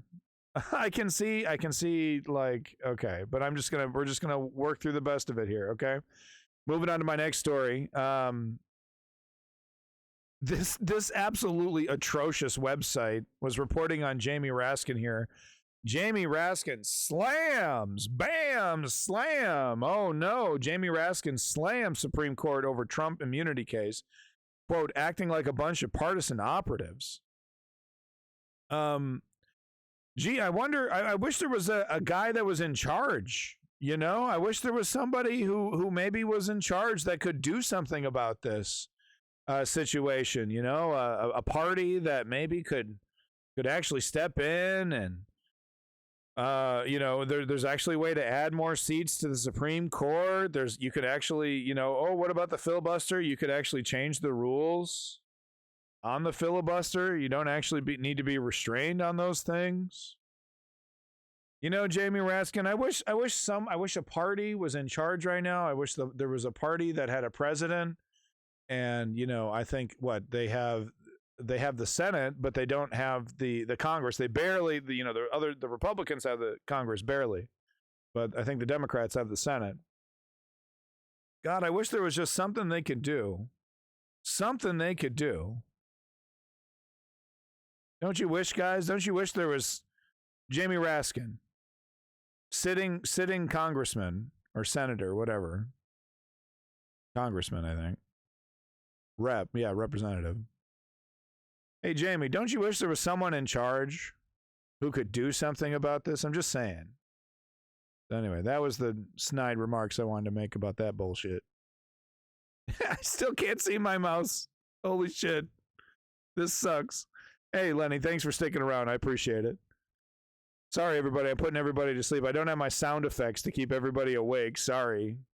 I'm doing the best I can. I literally can't see my fucking mouse cursor, okay? It makes my job extremely difficult. Doing the best I can. But wait till you hear this. This will knock you on your feet, okay? So talking about, things aren't rosy over here on the left over here. These people that the neoliberals embrace, these like fucking gurus. So normally I'd be able to click this. Wait, did I do it? No. Wait, there it is. Got it. So, these folks are kind of like, kind of quietly embraced by the neoliberal, Democrat establishment.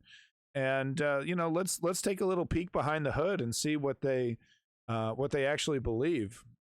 This is kind of our future if we allow the neoliberals to continue, like if Trump is defeated and people just keep voting for the next couple decades for these neoliberals. This is kind of the corporate techno future we can expect, because this is the opinion of the billionaires. They're different than the Rockefellers. They're different than these old school guys. They don't want to build museums. They basically want to build temples to themselves. And in the case of this guy, he wants to do a full blown 1984 Brave New World kind of thing. Wait till you hear this. This is actually absolutely crazy. And yeah, I'm going to have to read the whole thing, but it's absolutely, every word of it's amazing. So listen up. I'm going to do the best I can here. To fully grasp the current situation in San Francisco, where venture capitalists are trying to take control of City Hall, you must listen to Balaji Srinivasan. Before you do, steel yourself for what's to come. A normal person could easily mistake his rambling train wrecks of thought for crackpots' ravings, but influential Silicon Valley billionaires regard him as a genius. So that's the problem, that he's influential, that he's inside these circles, right? And he's the one that's kind of convincing them, oh no, being evil is good, being selfish is really good. This is actually the path to true kind of, progress. We're going to transform society into something truly effective. Quote, Balaji has the highest rate of output per minute of good new ideas of anybody I've ever seen, wrote Mark Andreessen, co-founder of the VC firm Andreessen Horowitz, in a blurb for Balaji's 2022 book, The Network State, How to Start a New Country. So this is his utopian dream. The book outlines a plan for tech plutocrats to exit democracy and establish new sovereign territories. So this kind of gives you a window of what, this is the kind of shit that they're talking about. This is the kind of stuff that they want to influence. This is the direction that the Mark Zuckerbergs and maybe the Jeff Bezos, we don't really know. They don't really tell us, right? They keep things pretty close to, they don't like unions. We know that, but they keep things pretty close for a reason. But this kind of gives us a look. This guy's in their circles, right? He's not in their circles because, he gives them nice presents. He's saying things that they like to hear. The book outlines a plan for tech plutocrats to exit democracy and establish new sovereign territories. I mentioned Balaji's ideas in 2 previous stories about network state-related efforts in California, a proposed tech colony. So listen to this, a proposed tech colony called California Forever, and the tech-funded campaign to capture San Francisco's government. So some of these things are happening, like this, the tech-funded campaign to capture San Francisco's government has been an ongoing thing that they've been attempting to do. Balaji, a 43-year-old Long Island native who goes by his first name, has a solid Valley pedigree. He earned multiple degrees from Stanford University, founded multiple startups, became a partner at Andreessen Horowitz, and then served as chief technology officer at Coinbase. He is also the leader of a cultish and increasingly strident neo-reactionary tech political movement, this is real, that sees American democracy as an enemy. This is very real. In 2013, a New York Times story headlined, quote, it's starting to rain very dramatically, quote, Silicon Valley roused by secession call, described a speech in which he, quote, told a group of young entrepreneurs that the United States had become, quote, the Microsoft of nations, outdated and obsolescent. It doesn't say obsolete. That's obsolescent, right? Quote, listen to this. The speech won roars from the audience at Y Combinator. And if you know what Y Combinator is, you definitely understand, say you're in that area. But this is like basically kind of like a startup. This is, like a really high-end like startup kind of place. I got an app that's going to really make a lot of money. I want to live in a box and make my app. That's like that whole thing kind of, is like kind of encompassed in Y Combinator. It's not the only one doing it, but it's kind of the biggest one. So that's what Y Combinator is. But no, so the speech won roars from the audience at Y Combinator, a leading startup incubator. That's a pretty good summary.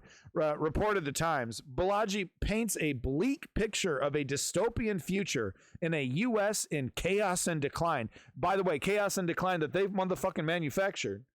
But this, so that goes into their greed. Right? They're like, wow, they're destroying it. How come they're taking away the middle class? They're destroying the middle class. Aren't they worried about money in their own pockets? This might be what, they're thinking might be the solution for them, right? Oh, okay. Well, no, this is what we want. We want this to be like this so we can come in and institute our fucking techno society. Listen to what he says about the grays and the blues. Okay. Listen to this.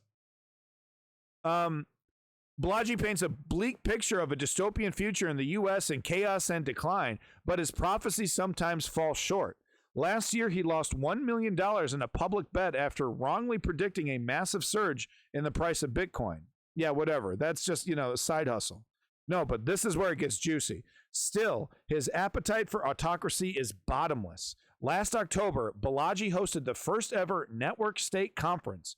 Gary Tan, the current Y Combinator CEO, who's attempting to spearhead a political takeover of San Francisco, and this is real. This guy's he's been trying to do this for like fucking decades, and he keeps donating millions and billions of dollars.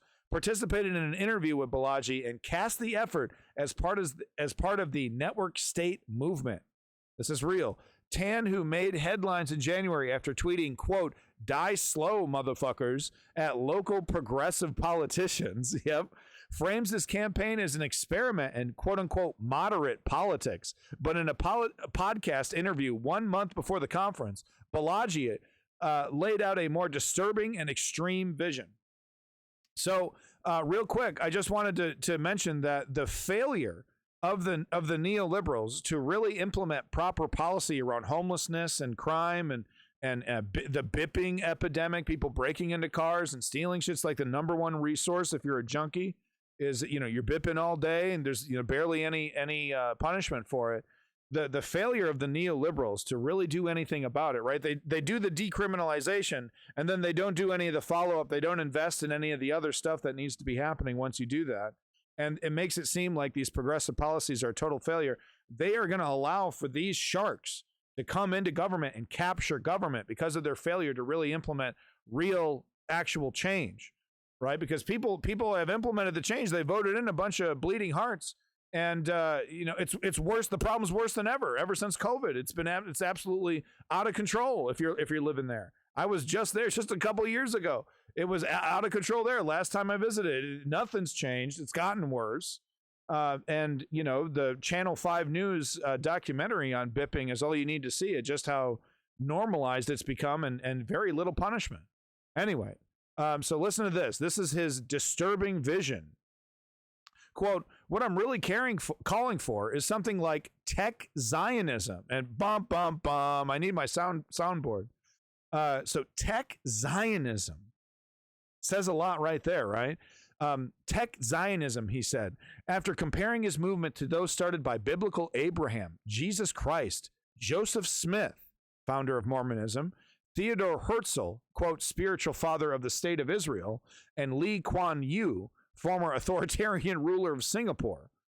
Balaji then revealed his shocking ideas for a tech-governed city where citizens loyal to tech companies would form a new political tribe clad in gray T-shirts. Quote, "And if you see another gray on the street, you do the nod," he said during a 4-hour talk on the Monument of Zen podcast. Quote, "You're a fellow gray," quote. So it's one thing for crackpots to be running around saying this shit. It's another thing for them to be close to the billionaires who are like nodding their head. Boy, that sounds pretty good. Yeah, well, of course, I'll be a gray, right? The gray shirts would feature, quote, listen to this, Bitcoin or Elon or other kinds of logos. Y Combinator is a good one for the city of San Francisco in particular. Grays could also receive special ID cards providing access to exclusive gray-controlled sectors of the city. In addition, the Grays would make an alliance with the police department, funding weekly, quote, policemen's banquets to win them over. Here's another window into their psyche. Quote, Grays should embrace the police, okay? All in on the police, said Saran Vansan. Quote, what does that mean? That's, as I said, banquets. That means every politician's son, daughter, wife, cousin, sibling, whatever, should get a job at a tech company in security. Basically saying, yeah, let's corrupt government, corrupt it, lobby, get them, get all the police on board. And as we've seen with the protests, there's a reason why they want to get the police on board. They're going to use them as their strongmen to enforce this shit. And he knows that. He understands that there's going to be a lot of people he wants to make an even thinner group of innies and outies. And, what are you going to do with the outies? In exchange for extra food and jobs, cops would pledge loyalty to the Greys. Saran Vansan recommends asking officers a series of questions to ascertain their political leanings. For example, quote, did you want to take the sign off Elon's building, unquote? So, I mean, he's got the whole thing laid out. He's already got the purity test questions. Oh, are is Elon your God king or not? All right. So there you go, folks. Just a little sample. I wish I had more time to read that. But just giving you an idea, just wanted to give you an idea that, on the neoliberal left, and especially amongst the oligarchy, there doesn't appear to be, like I said, this old school style rich philanthropy. I want to build a museum. I want to build a school. I want to, no, they want to create some fucking 1984 Brave New World kind of shit. They want to go completely off the charts. The fact that this guy isn't laughed out of the room when he starts saying this shit is pretty telling. Okay? It's crackpot shit. There's no legitimate reason that this man should be allowed, any kind of legitimacy saying this shit. But here we go. Oh, they're saying the reason why he gets to stick around, he's saying things that they want to hear. And that should frighten everybody, because these people have bazillions of dollars. They've captured elements of government, and they're seemingly wanting to go after more elements of our government. So hopefully I didn't bore you, but that's what I wanted to, show there. Was there any comments whatsoever? Welcome back. Quick double tap. Extra food. Yeah, exactly. Matthew the Crow. Why is everyone obsessed with Singapore these days? It's authoritarian microstate with only. Well, I mean, that's Matty the Crow. That's it. It's the authoritarianism. They love it. Leon, thanks for that view. I appreciate it. Great. I'm glad people were listening. Thank you so much for Lenny and Chem Goblin, everybody else, all you lurkers. Hope you enjoyed that, because I'm very worried about it. It's like, the fact that he's not laughed out of the room. That's they're nodding their head. They're like, ooh, that's a good idea. I like that. And then what do we see? We see them gouge us, continue to attack and cut off chunks of the middle class and continue to diminish us and diminish our power. And it's like, guys, don't you want us to have money? Don't you want us to have resources to buy your fucking products? And they're like, no. We're going to have a future where you're going to be forced to buy our product. You're forced to rent our products, and everything, the money, everything's going to flow for us. We're going to be the Grays, and you're going to be the Blues. And of course they probably laugh at a lot of this stuff, but in their head they're thinking, yeah, some form of that sounds pretty good. It's crazy. It's maniacal. So hopefully you guys enjoyed that. I'd give you the link to this, but I can't, the name of the article, Tech Barons Seeking Ethnically Cleanse San Francisco. Later in the article, that's what he says. Man, I read these articles so fast because I thought I had more time. I was like, man, this is going on for way too long, but I wanted to get to the juicy parts. But there's a lot more juicy in there. Let's see if I can get the link. Yeah, there we go. I got the link for you. If you want to read the rest of this, it is juicy. Okay. No, that's not. No. Okay. No, I can't even see. All right. Never mind. All right. Moving on. I can't see my mouse, dude. It sucks. It really sucks. Why does everything suck right now? All right. There we go. This is an unequivocal win. Big dub for Biden. Wanted to point it out. We just did a lot of shitting on the neoliberals like I do every single damn stream because they're terrible. But we have to acknowledge the wins, and this is a massive win. Big Biden win here. FCC votes to restore net neutrality, which has been repealed under Trump. And I got another link here from Dexter Toe. I remember this when I used to surf Twitter. I don't anymore. So I get these links off Reddit. Quote, internet service providers will again be prohibited from blocking, throttling, or engaging in paid prioritization of lawful content. The FCC announced they have restored net neutrality. So this is where I'd be hitting that applause button. This is great news. This was done under Trump. He destroyed, he broke the rules. And basically it was interesting because he said, okay, do whatever you want. And they kind of didn't, because it was really bad for business to throttle and block and paid prioritization and do all this stuff. So it was actually interesting how nothing really changed when he actually said, okay, yeah, no, we destroy net neutrality. All the same, it's good to see this back in there. And there's also, I think, some discussion, if I remember correctly, about internet being considered a public utility. which is a very, very important thing, and it absolutely should be. I hope you agree. Being a creature of the internet, I'm sure, bunch of internet goblins over here. No, internet shouldn't be a public utility. It should be controlled by corporations. That's great. That always works out well, guys. I'm just shitting on you. So, guys, I really wish I had my motherfucking soundboard. Boo! Boo! No problem, quick double tap. Boo! Exactly, Leon. Boo! So this crazy, crazy B word thought it was a really good idea to put how she mercilessly killed her family dog. Shot it like in the fucking face. Like we're supposed to think she's like a badass Reservoir Dogs Quentin Tarantino character or something. So she's in the news. This monster, who I would have called her that before this news, but definitely cements it. Her name is Christy Nome. Sorry, that was Carrie. I was about to say Kari Lake or whatever. But no, this is Christy Nome. She put this in her autobiography. She's supposed to be like a big contender for VP for Trump. Conservatives condemn Christy Nome for, quote, twisted admission of killing dog. Revelation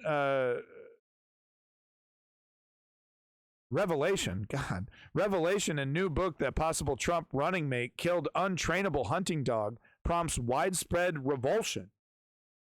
Conservative pundits have condemned the South Dakota governor and possible Trump running mate Christy Nome amid widespread horror over her admission in a new book that she killed both an untrainable dog and an unruly goat during a single day in hunting season. So she couldn't find anything to kill, so she kills her fucking dog and the goddamn goat. Alyssa Faria Griffin, a Trump White House staffer turned critic, said, "I'm a dog lover, and I am honestly horrified at the Christy Nome excerpt. I wish I haven't even read it. A 14-month-old dog is still a puppy and can be trained. A large part of bad behavior as dogs is not having proper training from humans." That's 100% true. Quote, "Dogs are a gift from God. They're a reflection of his unconditional love. Anyone who would needlessly hurt an animal because they are inconvenient needs help." I agree with that statement. I mean, I'm not a God guy, but I love dogs. I think they're amazing. Anyway, goes on and on and on. Who knows? You know, you tell me if this is a negative or a positive for the Trumpers and nowadays. This this could ruin her chances with Trump. It might not. I don't know. He might go with her because he thinks she's hot. Yeah, you remind me of my wife. Make sure you wear tight dresses. Yeah. That's what they like. They like tight dresses. You know, you never know with Trump, man. Can't do what you want. Use a mouse here. Wait, what's that? You can't, do what you want. Here's a mouse. I'm sure. Oh, thank you. Thank you, Kim Goblin. I got it. I'm fucking limping along here. Oh God. Okay, hold on. So hold on. All right, here. Okay, then just go down. Need to X. See, I can't highlight it. Oh. So anyway, I wanted to talk about this. Hold on. Because guys, another gay person has been found guilty of diddling a kid. Didn't you hear? Oh no. Okay, well the joke, and this ruins my timing because of course it does. It has to pull the article. But no, I was just kidding. It's not a gay person. It's actually a right winger who is, right winger Republican politician caught sexually assaulting a child. So we'll let that download. Different story about the right-wing Republicans. The Washington State Republican Convention supports restrictions on voting and opposes making our nation, quote, more democratic. They're just openly going up against democracy. One GOP delegate, quote, "We are devolving into a democracy. because congressmen and senators are elected by the same pool. We do not want to be a democracy. So I don't know, guys. They're kind of telling us who they are, guys. You know, they're kind of giving us a big earful on who they are.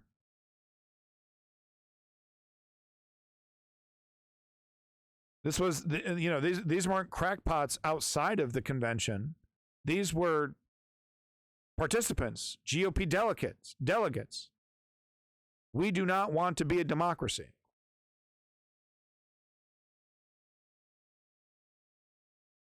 Pretty frightening stuff. I think they're off the spectrum of sexuality rather than their attractive powers. Yeah, I don't know what it is. It's gross. The point that's being made, though, is that this idea that, this connection between gay people and pedophilia, it's totally insane. It's political. There's no proof to it. In fact, the statistics, the evidence, you're more likely to get, diddled by your super straight right-wing Republican uncle than you are by your super gay left-wing, gay uncle. The statistics are pretty clear. Okay, looks like our article is finally done. I can show you this. Republican under investigation for allegedly sexually assaulting a child. Zach Shriver, the 2nd District Supervisor of Kern County in California, has been arrested after allegedly sexually assaulting one of his children, according to a Kern County Sheriff's Office report. Shriver was left with non-threatening injuries after being stabbed twice in a physical altercation. His attorney had denied the allegation of sexual abuse, so he probably, tried to do something to a teenage daughter. Daughter was having none of it. Probably been ongoing for a while. So anyway, they get into the details. Nasty shit. And who wants to bet that this guy, he probably had campaign commercials about how he was going to stand up against, LGBTQ predators and all this and that. Happy to lie, throw gay people under the bus for his politics. Meanwhile, he's the real predator we have to worry about. The guy on the left, I believe, in blue. not the two guys there. I feel bad for this picture. So, moving on. Just need to get to the X. Oh, it's not even highlighting the X anymore. Oh, Serenity now. There it is. Okay, Serenity now with this. Oh, it's the worst. I hate this, guys. This sucks. This sucks. Oh, let me close it. There it is. Okay, there we go. Okay, so we have to talk about this, guys. Another big win for the Democrats. Speech has consequences. Sure, if someone called me a pitiful being gay, we should abduct them. Yeah, well, I mean, I do think it should be, I don't know about hate crime, but I don't think it's cool that, it's kind of a slur. Control W, okay. It's kind of a slur to, it's like assuming every black person is a thief. You start hiding everything. Like it's like you can't exactly call the cops on it, but it's really not cool. It's really not cool either. It's kind of like that thing. It's kind of like that, where it's really, really not cool, because as I said, the statistics don't match the reality. Thank you, everybody, for sticking around. By the way, if you have been sticking around, I do appreciate it. My feet are fucking ice cubes, frozen, but I appreciate you guys sticking around. One last Democrat dub, because I'm just trying to be fair and balanced, TM. Just trying to be fair, keep it real. That, go figure, wow, surprise. In the election season, the Democrats are pulling out some pretty good policy. Stuff that I think we can say unquestionably we would not see from the neoliberal, or from the Republicans, from the conservatives. We would not see this kind of stuff. Sound of freedom! But we can say without a doubt. Yeah, exactly. I'm fucking freezing, dude. But no, there's no way the conservatives would do this. In fact, they would probably do the opposite. So what am I talking about? Airlines, and once again, I wish I had my soundboard, but airlines now have to, I think I talked about this last stream, airlines now have to, if they lose your luggage, they got to compensate you. If the flight is late, they have to compensate you. If you want a refund, they have to fucking compensate you. They can't lock it down and make you jump through a bunch of hoops to get your money back. Totally abuse you as a consumer. So big dub coming in election season, of course. But let's see this. Let's talk about this a little bit here because we, just to be fair, I just got to be fair. Oh God. Oh God. Oh, this is a nightmare. I can't see my fucking mouse. Okay, God damn it. Look, hold on. All right. Stream might go out for a second. I'm gonna log out and log back in. This is driving me too fucking crazy. I'll be right back. There it is. There's my mouse.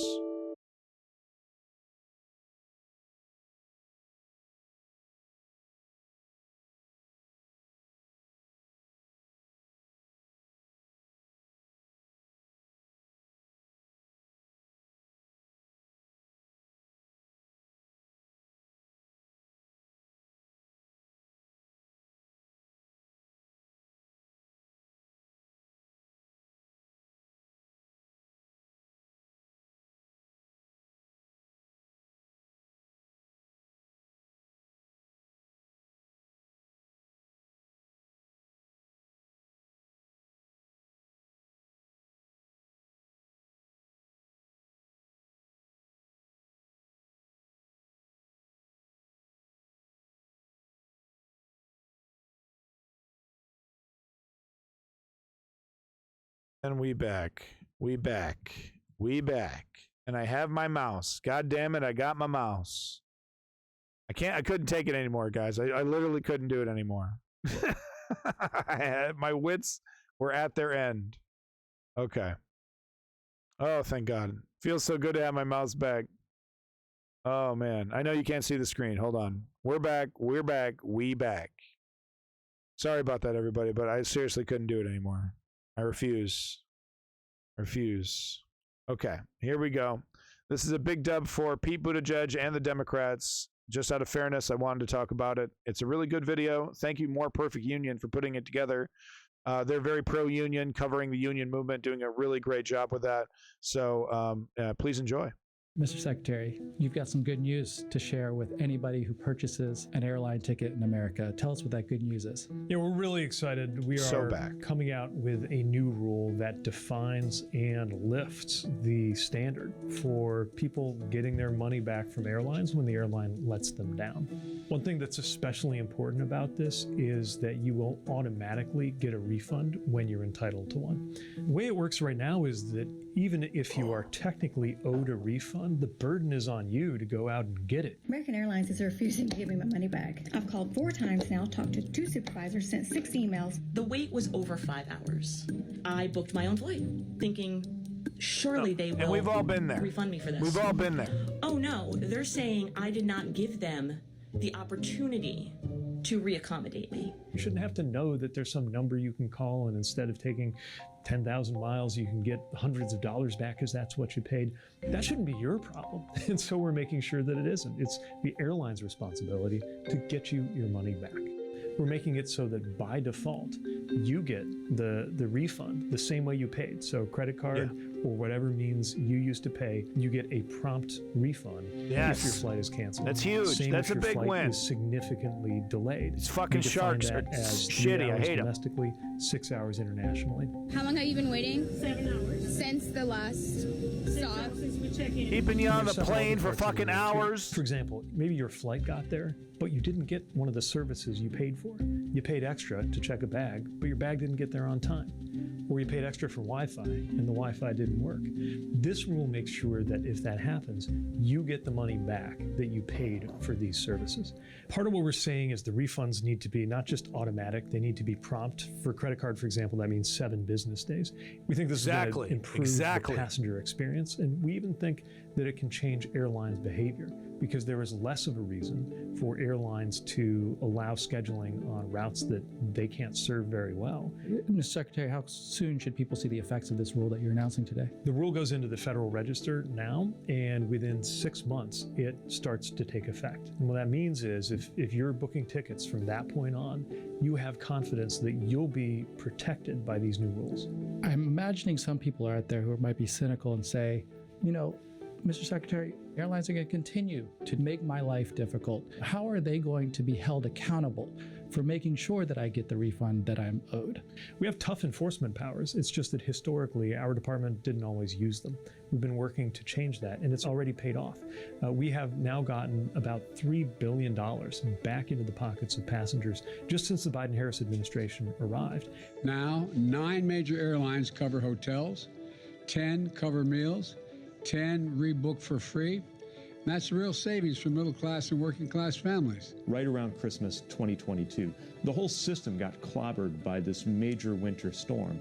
But then all of the other airlines got back on their feet quickly. Southwest was a different story, and this is about accountability and, frankly, changing the incentives for airlines. And there's more good work where that came from. We have assessed the toughest penalties ever recorded in order to make sure that airlines treat passengers better. Let me put it this way. When we assessed the $140 million enforcement action against Southwest Airlines, that one action was more than 20 years worth of enforcement before that. And that's designed to send a message to industry that we're serious. And we made sure that it was fucking hosed for decades. It didn't all just come back to the Treasury in the form of fines, but that it went back out to passengers in the form of compensation. I don't know if we're imagining that the Chamber of Commerce or their allies in the corporate world might want to challenge this rule in court. But if they did, help people understand what you're doing is completely according to the rules and authorities that you have. Look, we've definitely gotten a lot of pushback on our consumer protection agenda, just like we get pushback on all of our regulations. Right now, as we speak, railroad companies are suing us for a very basic rule that generally says you got to have 2 human beings on board a long freight train. So we know that there may be resistance here, too. Listen to that. But we also know all that these the law is accidents on our side. that we have. The law clearly gives the Department they want to of have less Transportation humans piloting the trains to make sure that there are no unfair or deceptive practices harming consumers, including but they don't update their passengers. tech. And anytime we see an industry that is acting in a way that is frustrating or harmful, then we have a responsibility as a regulator and as a policymaking body to do what we can. And it turns out we can do a lot. Yeah, okay. Well, don't blow yourself too hard, Buttigieg. Thanks for watching. Don't forget to like it. It's a win. It's a win, but, you know, shh. Okay, shut the fuck up. That was timed perfectly. It's a win, but you know, it's losing abortion and allowing fascism to get this close to the seat of government, to like true control. Pretty unforgivable. With that said, it's a feather in their cap for their election. I want them to win. Good for you. Thank you, Joe Biden. Thank you, Pete Buttigieg. Jay Leno ripped Amtrak in the 90s. Well, he's a big car guy, so I guess that makes sense. Thank you, YouTubing. Thank you, Chem Goblin. Thank you, Leon. Thank you, everybody, for coming back if you have. Thank you, Lurkers, for coming back. Sorry about all that. I needed my mouse cursor. So, guys, do you like barfing? Do you like puking? So remember Mika Brzezinski and Morning Joe giving Bill Barr lots of credit during the January 6th committee hearings for telling the truth and all this and that. Well, guess who's groveling at Trump's feet right now? And it's like, you're not getting back in Trump's good graces. He's not letting you back in, Bill Barr. He's not letting you back in. But this is just disgusting. It's just disgusting. And I had to show it to you.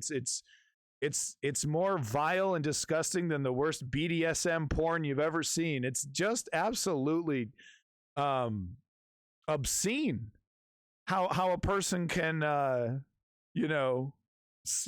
embarrass themselves like this. It's just unbelievable. Watch this. Please work.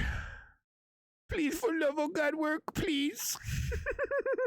It doesn't work. Hold on, let's see. Can you give me the YouTube link? Okay, hold on. We got a fix here. It's not working. Hold on. I got fixes, folks. We got solutions to problems. We don't just give up and run away, even though we're very cold. We're going to type this into YouTube and look at this. Here we go. 23 minutes. That's crazy long. We're not going to watch the whole thing. Sorry, it's not cut up, but they'll get to the good shit. I am joined here tonight by William Barr, who served as the former president's attorney general and who told him that his 2020 allegations of election fraud were not true, but has now said he will support the Republican ticket. Therefore, Donald Trump again. Mr. Attorney General, it's great to have you. I want to talk to you about how you're going to vote in 2024 in a moment, but putting the merits aside, I like how you're laughing about that. Putting the merits aside, because I know you don't agree with the merits of the New York hush money case, but you worked for Donald Trump. You got to know him. Such a piece of shit. For him to be in court, being treated like any other criminal defendant, and having to be there 4 days a week. I think it's real tough on him, I think a lot of the country sympathizes with him. So I think the longer the trial goes on, the more support he gets. Well, I mean, he has claimed multiple times that this case is being brought. He throws out these talking points, like a fat ninja with a shuriken, And we hear these talking points in the comment section, right? Like, oh, you shouldn't convict Trump. He's just getting stronger. People are just getting more riled up. More you try to hurt Trump, he gets stronger. Better stop doing it. Like, that's how the criminal justice system fucking works, first of all. But, it's just interesting to see him like fart out these fucking talking points. Like I said, like a fat fucking bloated shinobi, shuriken, you know what I mean? Well, I mean, he has claimed multiple times that this case is being brought essentially by President Biden. I mean, you know how this works and how the breakdown in this works. Presidents don't have any role in what a local district attorney, what case they bring. That's normally true. And I'm not suggesting Biden is involved, but I think what they're saying is that this former at least he doesn't say that, who's gone up to try the case, that this somehow shows a link. I don't know whether it does. Yeah, but do you agree? I mean, you were the attorney general. Prosecutors leave and go work at other places all the time. That's right. I think the impetus for this came from the New York prosecutors. I think that they're behind the case. Not President Biden. I don't know. But you have no basis to believe that the president would be in charge. I think that they're biased. No proof. Brought by the Manhattan District. Well, I don't know. No proof. I don't think he's in charge of an investigation, but. Politics, this is a political Plenty case. of evidence. Your predecessor was against brought Trump. up at the trial, Jeff Sessions, because No David proof Pecker, for this his National Enquirer assertion. tabloid king, he got concerned at one point when he got a letter from the FEC, and he called Michael Cohen, then Trump's personal attorney, to voice concern about that. Michael Cohen told him not to worry because Jeff Sessions is the attorney general and Donald Trump has him in his pocket. Did Trump expect his AG to go easy on his friends? I don't know. I don't know what he expected. Fucking liar. What was your experience? Fucking liar. My experience was by He's the time smiling, I came man. in, he did not push me to do one thing or another on these fucking criminal oozing. What a cases. liar, He tweeted dude. And made his public views on things known, but he never talked to me about them directly. So he never told me to do that. You would argue. Trump is literally threatening to do just that. Oh, as soon as I get in charge, I'm going to put an AG in charge that's going to go after all my political enemies because that's what they did to me. He's literally threatening that. And this fucking former AG wants us to pretend like, oh my God, dude. He oozes. He fucking drips. It's not a question of arguing. I did what I thought was right. And you never felt any direct pressure from him on what investigations the DOJ was doing? He did not directly pressure me. Yeah, what as a I said, he was liar. out there That's why you were doing fired. things that were embarrassing and made it hard for me to run the department. That sounds like pressure. It wasn't pressure. It was just, for example, I had decided that we were going to not agree to a sentence on Stone that was 3 times longer than normal, and I'd already decided that, and then he was tweeting about Stone, so it just made it harder to make the decision. Because it looked like you were acting at his Right. behest Right. on Roger Stone's Right. sentence. He got a what they were gun just to his talking head? about is this gag order and the alleged violations from the prosecutors here. They say it's about 14. It's pretty clear if you read the gag order and then you look at what Trump has been saying and posting about witnesses and even commenting on the jury here. What does a judge do to deter him? Do fines work? I mean, what do you believe the judge's Blue options Brother. are? Well, I personally think the gag He's order hedging his could bets. be too broad here, but I think Trump's in terms of motivation, the only thing I can think of is that maybe he thinks, hey, if I do this now and Trump wins, maybe I get to be somewhere close. You know, because AG, he was at the top. He was at the fucking top. But here's the thing with Trump: once you go, against him, and he absolutely perceives. I mean, he'll give a break to people like DeSantis. Like, he understands, that's the game. That's the game. If you grovel enough, okay. But Bill Barr, who testified in the January 6th committee, he's never allowed back in. So it's crazy. You'd think these guys have better political instincts. You think they would have learned by now. He could have had a career on CNN. He could have had a career on MSNBC. As a fucking military, as a legal expert, ex-AG, and anti-Trumper. No, he throws all that away and he's hedging for more power. If Trump wins, that's really all I can think of. And I've said this before, I think Trump basically has the kind of personality that he's always testing the limit. He's always going further and further, and he's usually up against the line. So that's what gets him in trouble, and that's what creates all these cases like we're seeing now in the Supreme Court, very fundamental cases I guess that's a about our good thing. Constitution, generally because testing the limits of our democracy, and our Constitution. But do you think there's anything to awesome? He's testing that. I mean, how does a judge stop that? Shouldn't stop it.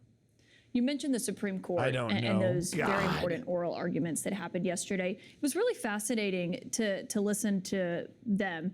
But at one point, his attorneys did concede that some of what Jack Smith has alleged in his indictment are private acts. And they did concede private acts can be prosecuted. Mm-hmm. In your view, does that mean that this case can move forward, at least in part? No, I don't think the case can move forward in part. I think that if Smith thinks he can try the case entirely and establish criminal liability just on the basis of private acts, he could.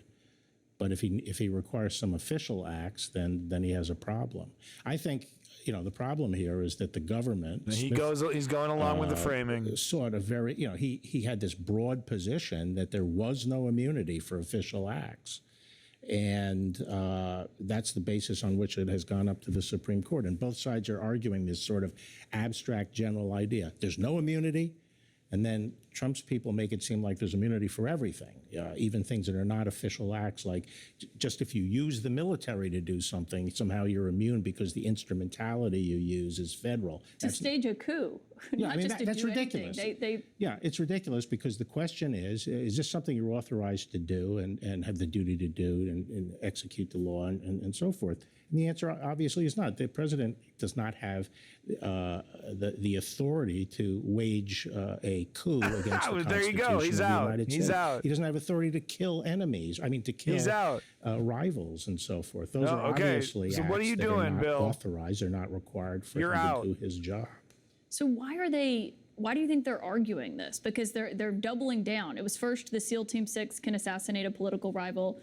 Yesterday, it was using the military to stage a coup. They said it would depend on the circumstances whether it counted as an official act. Well, I don't know why they've taken those positions. I think, the issue is whether or not the president is carrying out one of his duties, and no opinion. On the other hand, the extreme position taken by the government seems to be that you can be doing an official thing like firing the FBI director or something like that, something clearly within your discretion.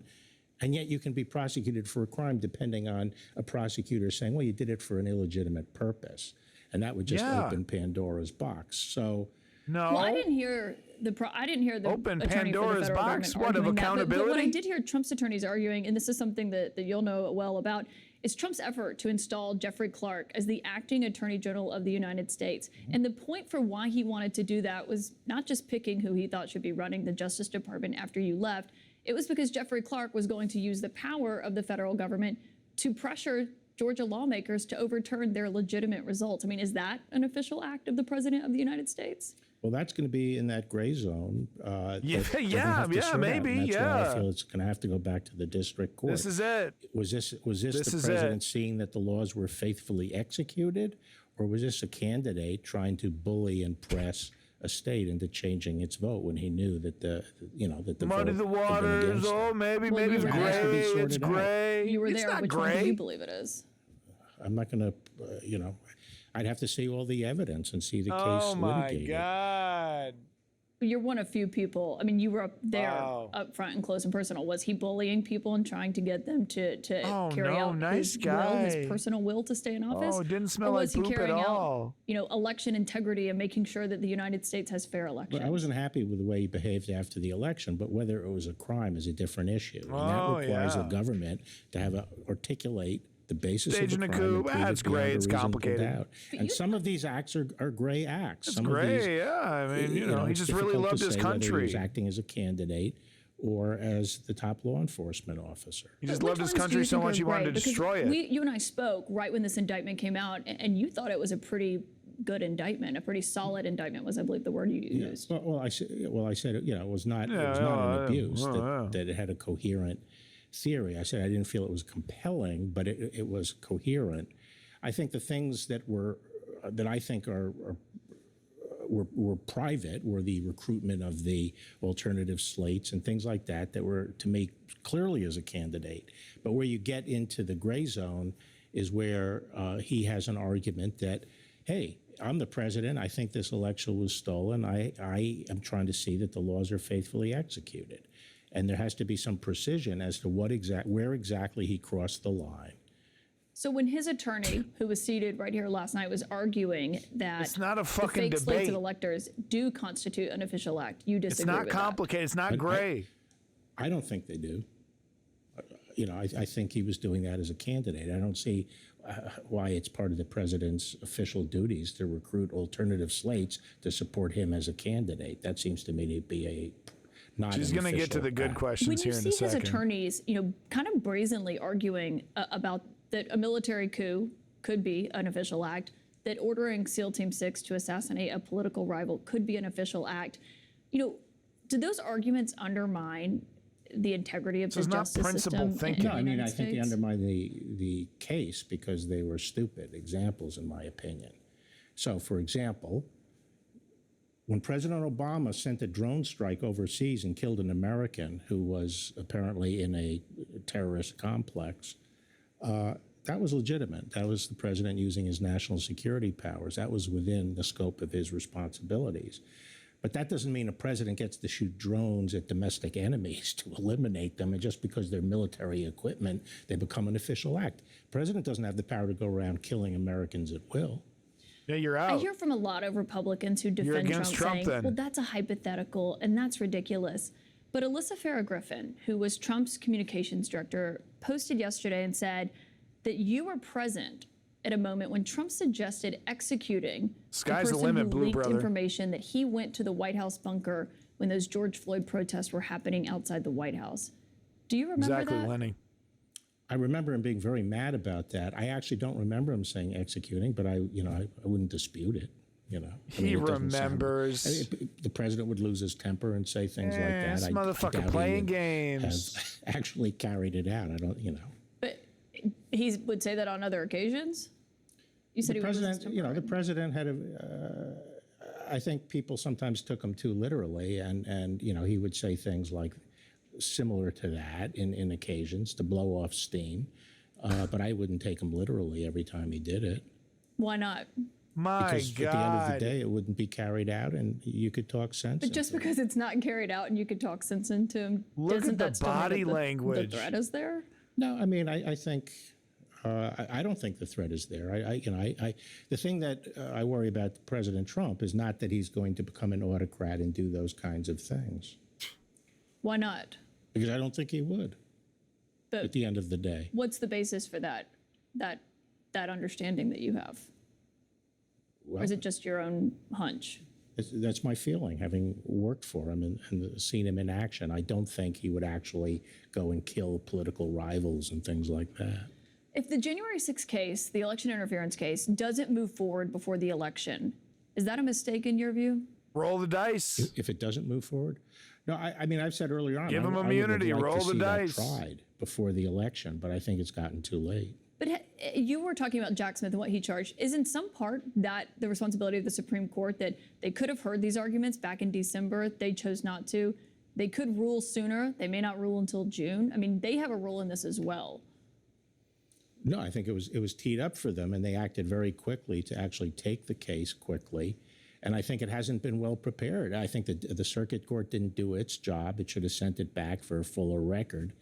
And I think the Supreme Court is doing the best they can under these circumstances. Last time you and I spoke, when we had you on the show, you told me you would jump off the bridge when it came to it on who you were going to support in the 2024 election. It appears that you have jumped off that bridge because you said recently you were going to vote for the Republican ticket come November, which means you're going to vote for Donald Trump. I said that's what I plan to do at this stage. You're saying you could change your mind, maybe? Well, I'm not going to vote for Biden, this is a wild time. Who knows what's going to happen in 7 months? But I expect, as between Trump and Biden, there's no question in my mind.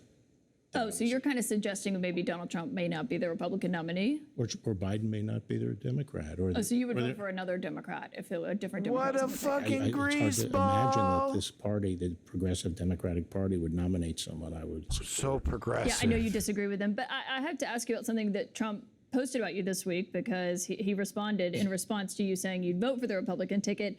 Wow, former AG Bill Barr, who let a lot of great people down by not investigating voter fraud in our country, has just endorsed me for president, despite the fact that I called him weak, slow-moving, lethargic, gutless, and lazy. 100%. Based on the fact that I greatly appreciate his wholehearted endorsement, I am removing the word lethargic from my statement. Thank you, Bill. How does his dick taste? He just laughs. Classic Trump. Classic What's Trump. the question? What's your response?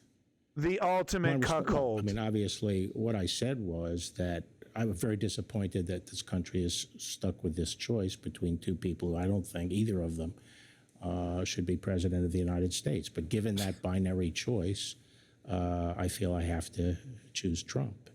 But he's mocking Biden's you. worse, guys. So it's not about me. I think that look at Clutch. That I've said this all along. If faced with a choice between two people, neither of which I think should be president, I feel it's my duty to pick the person who I think would do the least damage to the country. And I think Trump would do less damage than Biden. And I think all this stuff about listen to his threat reasons. to democracy, I think the real threat to democracy is the progressive movement and the Biden administration. The Biden administration or President Biden himself? Biden's support for the progressive agenda. I think a lot of people hear that, and the case that we just talked about that went before the Supreme Court essentially, and say, how can you see that and say that Biden is a greater threat to democracy? Well, where are we losing our freedoms? How are our freedoms being constrained? They're being constrained by the progressive government. And, democracy, especially, from the Anglosphere democracies, the Five Eyes and so forth, the threat's never been for autocratic government on the right. But how specifically is Biden threatening democracy? The threat to freedom and democracy has always been on the left. It's the collectivist, socialist agenda. And that is where we're losing our freedom. Parents are losing the freedom to control their children's education. Not true. And, people can't speak their mind without losing their jobs and things like that. Yeah, they can't be racist at work anymore. The McCarthy era. Where is that coming from? It's not coming from the right. Those two things that you just noted there, you believe are worse than a president of the United States trying to subvert the will of the people by overturning the results of the election? I think a country, all the things together, like We're not enforcing our borders. We have open borders. We have lawlessness in our cities. We have regulations coming fast and furious, so telling people what kind of stoves they can use and what kinds of cars they have to drive, and eliminating cars and eliminating cars and so forth. Yeah, those are the threats to democracy. But President Biden is not in control of what some school boards across the country are doing. He's using the administrative. You can make that argument, but how is that the same thing? Major changes are being made in our country without the democratic process, and they're being made by bureaucrats in these agencies.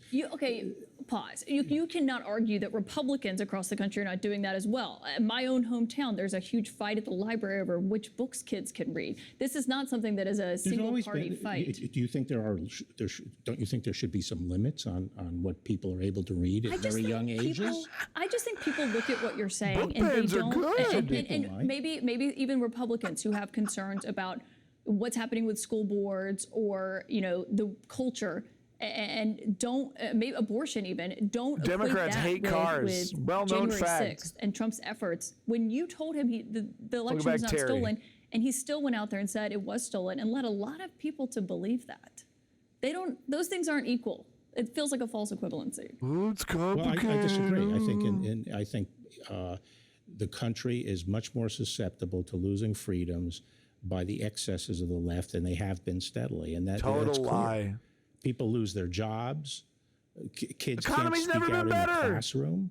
They have to go along with what the professor says in order to get good grades and so forth. Yeah, it's become like they have to know. They have to understand the subjects. The progressive elites. Republicans are also trying to limit what can be said in the classroom. PragerU is not accurate. You're a lifelong Republican. I don't think it's a surprise that you don't like those Democratic issues Chem that Goblin. a lot of Republicans totally blame on Democrats. I think there's a question of how they're the same. But I want you to listen to what another lifelong Republican, Liz Cheney, said about your decision to vote for the Republican ticket in November.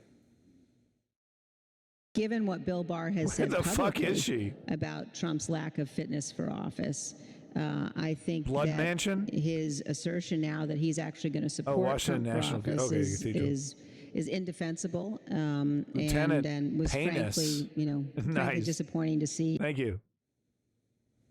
She says it's indefensible. Well, that's her view. That's her view. The fact of the matter is, so greasy. As I said all along, I agreed with Trump's policies, and despite the media, the left-wing media's effort to portray it as the dirty little secret for a lot of these guys. His policies were sound, and we had victories in courts, and we defended them. I think that Biden is unfit for office. So you're basically saying that you are voting because you want the Republican policies. Well, that's certainly part of it. Well, I'm glad you said that. But I also don't Hold on. I'm glad you said that because you told Geraldo Rivera last year, you may want his policies, but Trump will not deliver Trump policies. He will deliver chaos and, if anything, lead to a backlash that will set his policies much further back than they would otherwise be. Yeah, Blue Brother. I think I know what you're talking about. He can't accomplish those Republican policies. Yeah, clutch. What I was saying was, if you want Trump's policies, if you're MAGA and want to make America great again, the other candidates will be successful at that much more than he will. But for the reasons I stated. It's going to be Donald Trump. That's right. I'm certainly not going to get anywhere near what I'd like under Biden, and Biden is not a great moral exemplar. Okay. And is he following the laws? Here he is giving away another round of forgiving student loans after he lost it in apples the to apples, Court. guys. And he thinks he can get away. And he thinks he can get away with it by getting it out the door before the election. But he's not enforcing the law on the borders. But those are policy differences that you disagree with. Trump, I remember also when border numbers were at an all-time high in the spring of 2019. So the idea that border chaos only happens under this administration is inaccurate. But I think people see that. We had it under control because we had a program approved by the Supreme Court called Remain in Mexico that was fully lawful and had shut down the border, and he came in and lifted it. How can you equate, the border is a real issue. I've been to the border. No one's denying that. But is that the same thing as what you said recently, which was that the conduct that was involved with Donald Trump? You said trying to subvert and prevent the progress, the execution of probably the most important process we have, which is the peaceful transfer of power after an election. Name one thing that Biden has done that's worse than that. I think his whole administration is a disaster for the country. Is worse than subverting the peaceful transfer of power? Did he succeed? Only because Vice President Mike Pence stood in the way, and now the people who are lining up to be VP again say that they will not do what Mike Pence did. Look, I was very loud and saying I thought it was the whole episode was shameful, and I'm very troubled by it, and that's why it's not an easy decision. But I think when you have a Hobson's choice, you have to pick the lesser of two evils. There's no comparison. You don't see this as the definition of putting party over country? No. No, not because unfortunately we're in a situation where the policy differences between the two parties are very, very vast. There's a huge gulf, and so in that But you're saying Trump can't achieve the policies. I think he's going to have a much harder time achieving them. But you're voting for So just to be clear, you're voting for someone who you believe tried to subvert the peaceful transfer of power, that can't even achieve his own policies, that lied about the election even after his attorney general told him that the election wasn't stolen. And as the former chief law enforcement in this country, you're going to vote for someone who is facing 88 criminal counts. Well, look, the 88 criminal counts, a lot fake, of those fake, are, fake. And I've said No proof. 10 of them are accurate. The answer to the question is yes. I'm supporting the Republican No crime ticket. too big. But can you say that you're voting for Donald Trump? Because you're not saying his name. You just say you're supporting the Republican ticket. I've said as between Biden and Trump, I will vote for Trump, because I believe he will do less damage over the 4 years. Man. I believe I believe we're facing the most dangerous situation we've ever faced in the world. Biden has no intention of radically changing the United States the way Trump does. For the next 4 years, given all the threats we face, including not even close, handing the keys to the nuclear weapon to Iran, with a vice president like Kamala Harris endangers the country. That alone should be reason to vote for the Republican ticket. But there are a host of other reasons. Our country is unraveling in many ways. The rule of law is unraveling. So you want to put someone back in the position with immense power who you believe disrespects the rule of law? Well, no, I think he will enforce the law, and we'll have greater safety in our cities. There you go. Just a little window. Joining me now is the retired no, we don't need to hear from this guy. But just a little window. Oh, my God, thank you. Thank you, honey. Yeah. But just a little window into Republican mindset, into how they justify their outrageous stupidity. I had this lined up here just in case they didn't get to it, but we watched the whole thing. I think this whole administration is a disaster for the country. When asked, aren't you worried? Aren't you worried about him succeeding in a coup? It is worse than subverting the peaceful transfer of power. Did he succeed? I mean, just insane stuff. Just to give you a window of what we're up against, what they're willing to justify. The limits, there's no limits. They'll go right to the end. Full-blown authoritarianism, fascism, whatever you want to call it. They'll go right to the end. Exactly, Lenny. But yeah, that's why we're watching it, because gun-free zones. Because it gives us a window. It gives us a window. It gives us an idea of what we're really dealing with here. So I wanted to, I knew that was going to be kind of a long segment. So moving on, I wanted to make sure something funny was queued up next. And we have a great clip from the Good Liars. And this individual wearing a All Rifles Matter and Trump 2024 hat, I refuse to believe is real. I absolutely refuse to believe is real. I don't think this person is a real person. I think this is some kind of fake plant. The Good Liars are lying. This is not a real person. Thank you, baby. And you'll see what I mean here in a second. This, I don't think this is a real person. This can't be a real human being. So let's go ahead and have a listen. No gun-free zones. Wait, so more guns? Yep. Can't fight fire with water. You gotta fight fire with fire. You can't fight fire with water? Yeah. Depends on what's in the fire. They specifically do fight fire with water? Yeah. No gun-free zones. Wait, so more guns? Yep.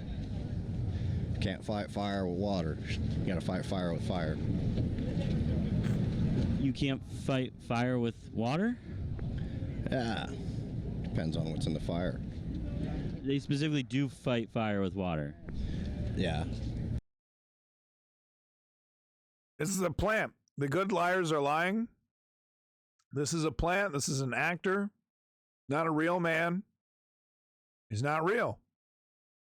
I don't believe it.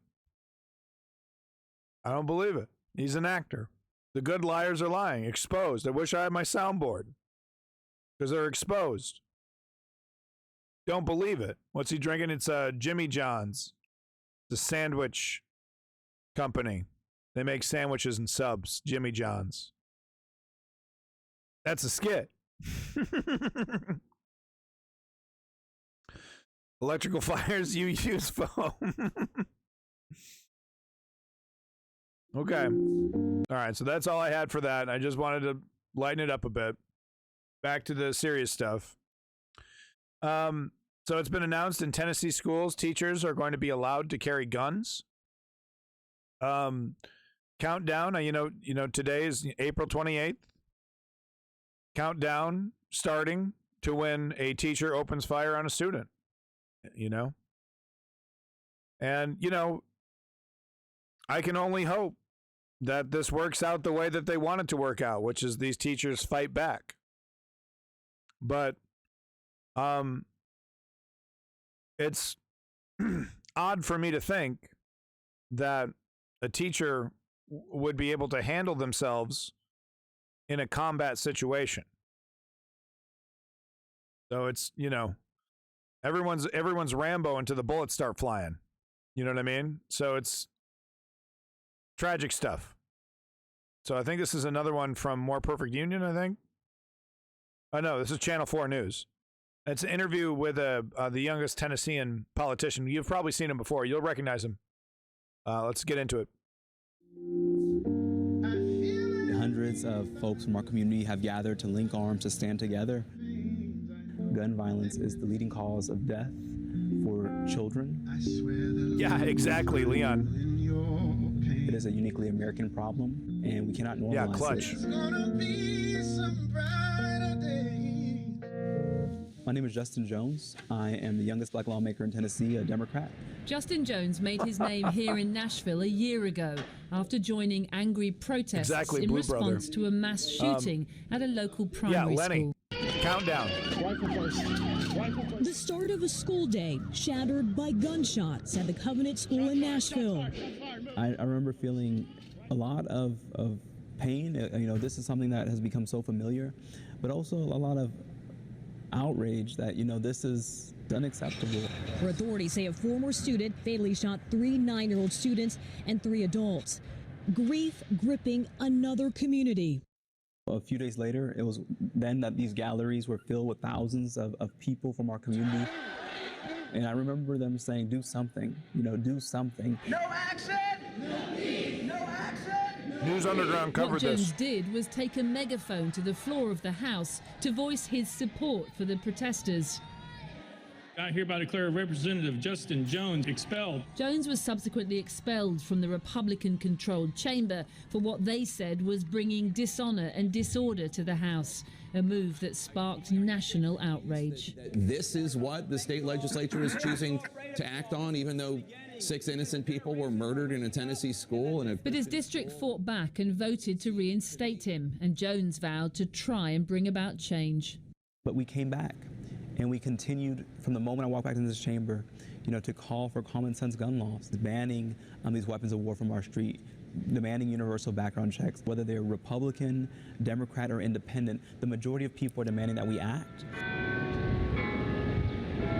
This week, the Tennessee state government did finally act. Lenny, that's a great point. Not by banning assault weapons, though, but by allowing teachers to carry concealed weapons in schools. Have you done everything you can possibly do to make our schools safe across the state?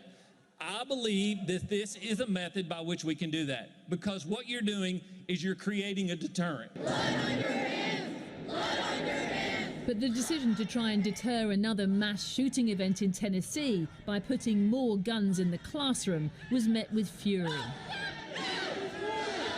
and chaos inside the chamber as police removed protesters from the gallery, while others, including Justin Jones, staged a die-in to symbolise the victims of school shootings. And what you're doing today is you're going to put guns in our schools for our teachers, and you should be ashamed of yourself. But the Republican senator who sponsored the legislation insists it will protect children. This is a controversial move, Senator. Doesn't adding guns into classrooms create more risk, not less? We have put so many guardrails in place on this legislation that it's going to be very tough for any individual to actually be able to carry on a school grounds. They're going to have to pass a psychological evaluation. They have to have a minimum of 40 hours of training, as well as the principal and the chief law enforcement officer all have to agree that that person is capable of being able to possess a firearm and carry on the premise. It's the light of mine, I'm gonna let it shine. The battle over gun rights in Tennessee is indicative of the division across America, with guns set to play a crucial role in November's presidential election. Were tragically taken. The community held a vigil for the victims killed this time last year at Covenant School. They say they won't give up fighting for tougher gun laws despite the setback. Keep going. He might get the help he needs, the rest of the world thinks that we're insane, that we allow these weapons of war. You're doing a good job standing up to the Tennessee Taliban. That's what it is. Yeah. I do imagine a world where America is not constantly terrorized by gun violence. And it's up to us, particularly young people, to stand up, to rise up, because it's our future at stake. We will not be silenced. Terry. We will speak up and demand better for the children of Nashville and the children of this nation. Yeah, I mean, these, they say, oh, they're civilian. They're not weapons of war. Total canard. They're designed to kill as many people as humanly possible. Sorry. They're designed to kill as many human beings as possible, and they do just that. Yeah, I mean, that's why red flag laws exist, and it's why it's so frightening that conservatives and Republicans want to remove those red flag laws. They want to make it harder to get mental health help. Oh, it's against his freedom. It's against the freedom. It's gun anarchy. It's gun anarchy run amok.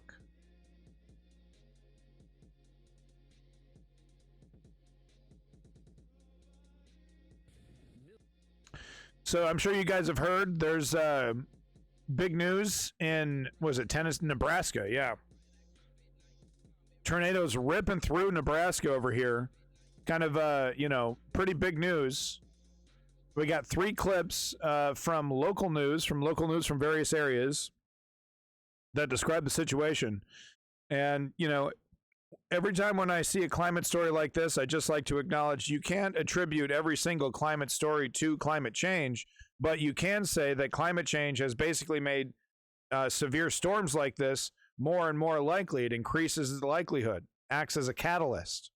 So it's almost the exact opposite. We're like, every climate disaster that we see is affected by climate change, because every climate disaster we see wouldn't be as powerful, wouldn't be as radical or abnormal if it wasn't for what human beings have been doing to climate. So, it's kind of it kind of makes it a tough thing to talk about, right? Because it's not exactly fair to say, oh, this wouldn't have happened if we weren't dumping, and doing all the things that we're doing. Because there's no way to know. But like I said, what climate change does is it catalyzes existing climate events and makes things far worse than what they were. So that's where we need to, that's why we need to fix this, because it can get worse and get worse and worse and worse. And last time I checked, we don't want this. I'm certainly the people from Nebraska. I'm certain they didn't want this. Let's have a look. Millions of people are at risk tonight as monster tornadoes are tearing through the Midwest. Iowa and Nebraska getting the brunt of the severe storms as the powerful twisters obliterate homes and farms, leaving thousands without power. This massive tornado was caught 100%. on camera, ripping through the greater Leon, Lincoln, 100%. Nebraska area, one of dozens reported in the area. The wind so powerful, trucks were flipped over, trains knocked off the tracks, homes and businesses flattened. Samantha Cortese live here in the studio with us tonight. She's got more on the severe weather impacting the Midwest. Sam. Tonight, Rick and Cher, storm chasers are reviewing radar data on rotational velocity, the speed at which this tornado was moving. They are reporting Omaha, Nebraska may have just seen one of the strongest tornadoes in U.S. history. I agree. That's a strong tornado. Lots of debris in the air. An ominous and frightening force of nature. Meteorologists reporting a prolific amount of tornadoes touched down in Nebraska and Iowa Friday. Oh my gosh, look at that. Jesus. What a monster, dude. What a fucking Weather monster. Service issued more than 40 tornado warnings in the populated Nebraska cities of Lincoln and Omaha, as well as the state line in Iowa. Dude, whoa! Look how thick that motherfucker warned is. people to take cover. The destruction created miles of a disaster zone, including through Brent Richardson's neighborhood in Omaha. Literally saw this big tornado coming and just had to duck and cover with the kids and wife as fast as we could. Loudest freight train you've ever heard in your life coming right through your house. You said big tornado. I mean, we're not talking... We're not talking a funnel. We're talking like, it looked like it was a mile and a half wide is what it looked like. A train in Waverly, Nebraska, thrown off the tracks.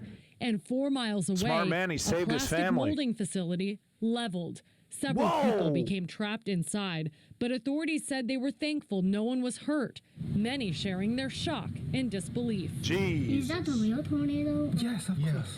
Just missed us. It's utter chaos. It's like a movie scene. It's so unreal. It's nothing I've ever witnessed in my life. Yeah. Yeah, you heard that little boy even asking, is that real? It's almost hard to believe. Is that real? And now emergency crews man. are still in rescue mode tonight. They surveyed the damage. They're going from pile to pile, looking for people who may be trapped. But so far tonight, no reports of serious injury or death. Okay, so far. Yeah, incredible. Yeah, All so right. this is an early report. I think some of these reports are a little bit later, so let's see. But that's good preliminary, you know. Hopefully that stays stays through, because man, that is an absolute monster. You see how thick that base was? Just ripping, dude.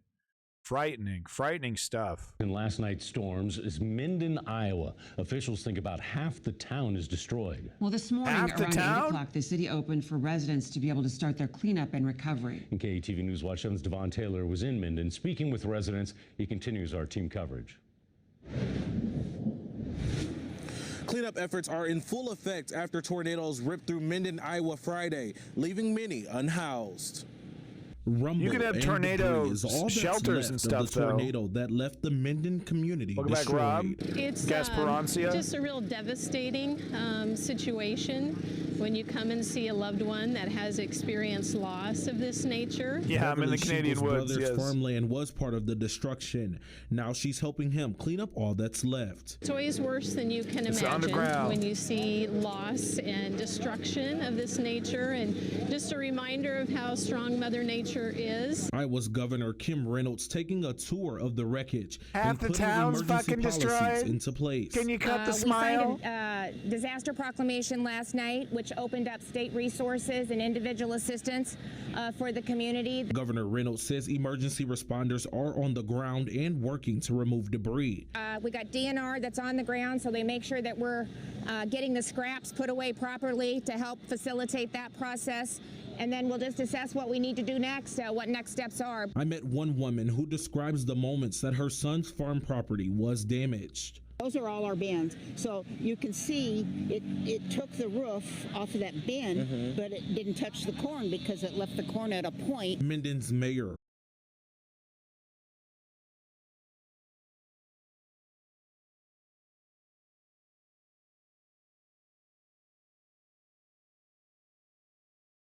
And we're back. We're reconnected, and we're back. I'm out in the woods, folks. I'm out in the woods. We are back. We are so fucking back. Sorry, I'm out in the woods, okay? They don't give us internet out here. All right, I backed it up a little bit because I know you probably missed a little bit of that, so let's get to it. It took the roof off of that bin, but it didn't touch the corn. Thank you, Terry. Thank you, Clutch, for coming back. Minden's mayor also breaking down at one point, suffering damage to his home and business in 1976 and now in 2024. 1976. What, yeah. Thank you, Smash. Thank you, Lenny. That was the last time. But community members are hopeful they will be able to recover. The mayor of Minden says the curfew will remain in effect until further notice. Reporting in Minden, Devon Taylor, KETV Newswatch 7. Okay. Love local news. It's really an interesting look there. Great local, I'm your Southwest Iowa neighborhood report. Great local reporting. Let's get one more little local reporting clip here. More footage from KMTV, CBS this time. In Minden, I'm your Southwest Iowa neighborhood reporter, Katrina Markle, and I've been speaking with folks who have been displaced by the storm. Looking out the windows, we went upstairs, because we're still stupid. We went upstairs, looked out the window, and we're like, oh my God, there's debris over there. Jolene Swotek and her daughter rode out the storm in their 110-year-old house. It's still standing, though many nearby neighbors were not so lucky. And by the time I get She's to the lucky to be doorframe before the alive. basement, I'm holding the walls because I'm stupid, I guess. And just shocked. Like, you ever seen the movie Twister where the stuff's going sideways in the windows? It ain't no joke. That's exactly what it looks like. Friday night, Cody Whitfield told me his in-laws, just outside of town, lost their home. But not the brightest everyone was safe. bulb on the tree light. You get calls rope. like, "Hey, you need help? We're on our way." Not the brightest bulb. That's what's great about living in a small town. You get support from everywhere. In Shelby too. Thanks, Lenny. Thanks, Smash. Shortly after the storm hit. All the livestock is going to Thanks, Clutch. distant parks. Outside the fire station, Senator Joni Ernst said she saw the same thing. Rural Iowans, neighbors helping neighbors. Yeah, they have to help each other because you're not helping them. Iowa reporter in Minden. Yeah, exactly, Blue Brother. That's the problem. In Iowa. Minden loses 180 homes. The images coming out of Minden are gut-wrenching. Governor Kim Reynolds toured the town and explained that half of the homes and businesses there are gone. Whoa. Anchor Zach Williamson spent his day in Minden and shows us what folks are dealing with tonight. Sorry, we got to watch this. It's a devastating scene here on this Saturday in Minden. I'm senior reporter Zach Williamson in Minden, Iowa. Of all the communities, and so many were hit by Friday night storms, Minden may have been hit the hardest. Governor Kim Reynolds is here in Minden. She said during her press conference today there are about 180 homes here in Minden. 40% of them are probably gone for good. I was able to go on a little bit of a ride around Oh, Bunga Tootsie Roll. Thank you for that follow. To check out some of this damage. Yeah, this is unbelievable. We're just trying to dig out of it. It's heartbreaking to see the community and you see the devastation. A lot of businesses, mayor can't Main Street, I think, crying. has probably been impacted pretty bad. This is the foundation to where a home once sat. That right there is the house that sat there. I mean, just looking in the background too, you can see just all the damage that has been done just off of this road and in this one neighborhood alone. 1976. What yeah. Oh, okay. That was the last time. Let me tell you, got a guy here that's a mayor that had his home impacted and 2 or 3 businesses in the community who's gone through it twice. So not only is he managing the community, but he's dealing with personal loss too. We just see the resiliency of your community and everybody working together. And the great thing is, there was very few anybody really getting hurt. I mean, it was the communication early on to make sure that lives were saved. That's amazing. Begins, but that's that means amazing. That we all work together and I think so. I don't think it's purple. Right now, there's no running water, and on top of that, we don't have to go there. No gas, no electricity. The gas and electricity both probably won't be on for another 4 to 5 days. Seeing all the people here, it's been inspirational and moving. So, reporting from Minden, Zach Williamson, 3 News Now. Damn, homie's over here crying. Yeah, we don't have to point out the fact that majority of these people are probably, if they do vote against their self-interest. But it's tragic. And thankfully, no one was killed. And hopefully the mayor here, who seems pretty on board with helping him out, is not going to let politics get in the way of accepting aid. Like we see so often from right-wingers. So hopefully he doesn't follow that pattern. And that word resilience we've seen so much in the last 24 hours. Reporter Katrina Markle was in Minden last night and captured this moment. Well, they're all Firefighters crying. and first responders Get me noticed crying. the American flag on this damaged pole was ripped. Oh, my God. They found a new flag and took a moment to replace Can you it. see? My God. Time ago, Nebraska Governor. Well, that is something. Thankfully, it doesn't sound like anyone's died, which is a silver lining there for sure. So hopefully that stays the same. No one has died. Let's hope that does not change. All right. We have a repeat of the what was this? The George Floyd "I Can't Breathe." Well, it's back. Yep. Just as just when we thought things are calming down, it's so crazy to see another "I Can't Breathe" incident happening after we did so much reforming of the police and after George Floyd, like we really went in there and from the top down spent a lot of money and spent a lot of time like trying to find real solutions. And it's really surprising that after those intense reforms that absolutely happened, they really did happen. It's so crazy that, after we tried so many things, we did so many things that another "I Can't Breathe" incident's happening. And yep, he died. And oh yeah, he's a bad guy. He did some crime, petty crime, and drugs and stuff like that. Yeah, okay, yeah, well, like any other poor person living in a poor neighborhood. But yeah, another cop killed somebody. Oh, smash! What do you mean? What do you mean? Not a bit of reform or defunding? What do you mean? Now, I'm not one of those people that believes in defunding. I believe that we can keep the funding, but we need to heavily reform and make them spend it on things that are actually effective.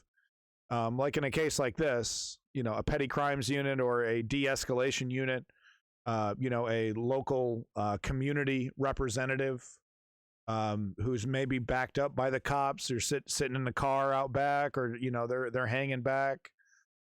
We've seen these alternate police style response units for mental health issues, for things like this that can easily spiral out of control by a cop who's been trained for 6 weeks and doesn't know how to de-escalate anything and is on a power trip. Yeah, Smash, I disagree with the defunding, but I definitely agree with the reform. How far denialism can go? Is that what you're trying to say? No, it's so crazy to me that after all those hardcore reforms that were running up to this same exact problem happening once again, I'm sure everyone else is just as shocked as I am. So let's go ahead and get it here from MSNBC. Sorry about that. Tonight, police in Ohio releasing new body cam footage showing a man who became unresponsive during his arrest was later pronounced dead at a hospital. His last words heard in the footage: "I can't breathe." Oh. In the video, we hear Frank Tyson yell those words Well, out it at happened least so long 7 ago. times as cops try to subdue him, with one officer putting a knee on Exactly, his upper back for Terry. about 40 seconds. We are only going to show you that moment once, and we have to warn you here, it is incredibly disturbing. I can't breathe. I can't breathe. I can't. Get on my neck. I can't breathe. That's the story right there. I'll be glad to hear you. Okay. I can't breathe. You're fine. Yep. Shut This all Shut happened the last fuck Thursday up. when Tyson allegedly crashed his car into a pole in Canton before running into a nearby bar. You can see here Shut police the finding the fuck damaged up. pole and what they say is Tyson's car nearby before bystanders directed the officers into the bar where Tyson was. An altercation, a tussle between Tyson and the officers starts nearly immediately. That's when they start trying to take him to the ground. The coroner says Tyson's cause of death is still pending. So he's the officers involved are on criminal. paid administrative leave while officials That doesn't mean investigate. he deserves There a is, of death course, some very sentence. obvious overlap with the death of George Floyd in Minneapolis here, who was murdered by a police officer who kept his knee on Floyd's neck for nearly 10 minutes as There we go. Now, yeah, and so I mean, we got an internet problem here again. And there she goes. We're back, and we're back. Sorry about that. I hit pause on the video. We are back. But yeah, they're making the comparison to George Floyd, but it doesn't, I don't know. We don't know how long he was on the person's neck. He shouldn't have been on the neck at all. I think that's a hard rule that you're not allowed to, put your weight on their neck at all at any time. And they should be aware of people that have weight issues and other issues with respiratory, and being placed their whole body on the pavement, full chest on the pavement and then they put their weight on their back, forcing their lungs, to compress, not being able to breathe. They should be trained on these things. And like I said, they get about 6 weeks of training. So you tell me. George Floyd in Minneapolis here, who was murdered by a police officer who kept his knee on Floyd's neck for nearly 10 minutes as he too cried out, "I can't breathe." Floyd's death and his last words becoming a rallying cry for the Black Lives Matter movement, spurring huge protests against police brutality in this country. NBC's Dana Griffin is following this one for us. And Dana, we'll get to that overlap again, not an apples to apples comparison, but let's start with this video, which shows almost everything from start to finish over the course of 35 minutes. Explain that and where things go from here. Yeah, and I want to walk you through that timeline. And I think there are 3 key moments here when you look through this video that lasted some 35 minutes from the time they arrived. 40 seconds, an officer kept his knee on Frank Tyson's back. Okay, here's the timeline. And then it took about 5 minutes, 29 seconds between the time he last said, "I cannot breathe," and the first time we actually see officers check his pulse. An additional 3 minutes go by before they start doing CPR. Now, I think what's most disturbing about this video, as you mentioned, they weren't holding him down for several minutes as people pleaded with officers to ask them to get off, but it's the what happened. Some guys can't handle that treatment. And you notice that he was very combative, yelling out, "Call the sheriff." And there's actually a woman in that video who said. So, I mean, but the problem is that he was absolutely 100% resisting arrest. He apparently wrecked a car. It sounds like he was, on some kind of like bender, having a mental health issue. So I'm not saying the cops shouldn't have been involved here, but I think that's what we're going to hear from people. And maybe that's why we haven't seen any of the riots or any real response about this one, even though there's a lot of similarities. Maybe the response is coming. But the clear resisting arrest, and then of course, people when people hear that other people are putting, people in danger with their vehicle, that definitely changes their mind. But once again, that does not guarantee a death sentence. Okay, yeah, if you resist arrest, you can there's like it's like 4 or 5 on 1. Yeah, okay, he's giving you a hard time, but you don't need to make it even worse. Getting on it, grilling into him. Oh, this will show you. This will show you. Far too often, police are very comfortable, committing revenge on the people, that they're supposed to be arresting. And look, I understand, it's one thing for a cop to punch a pedophile in the face.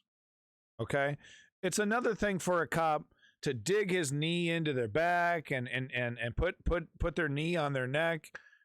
When they're a drunken idiot, putting people in danger and, resisting with his fat guy kung fu for a couple seconds, it's 4 or 5 on 1. There's a big difference between that. And, a lot of cops, and it's like, is it race? What is it?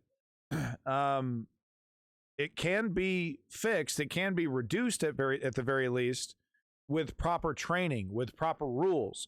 But the problem is that the cops will overreact, or they'll do things like this, and then the police union comes in to their defense 100%. They did no wrong. They're just doing their job. And what does that tell the police?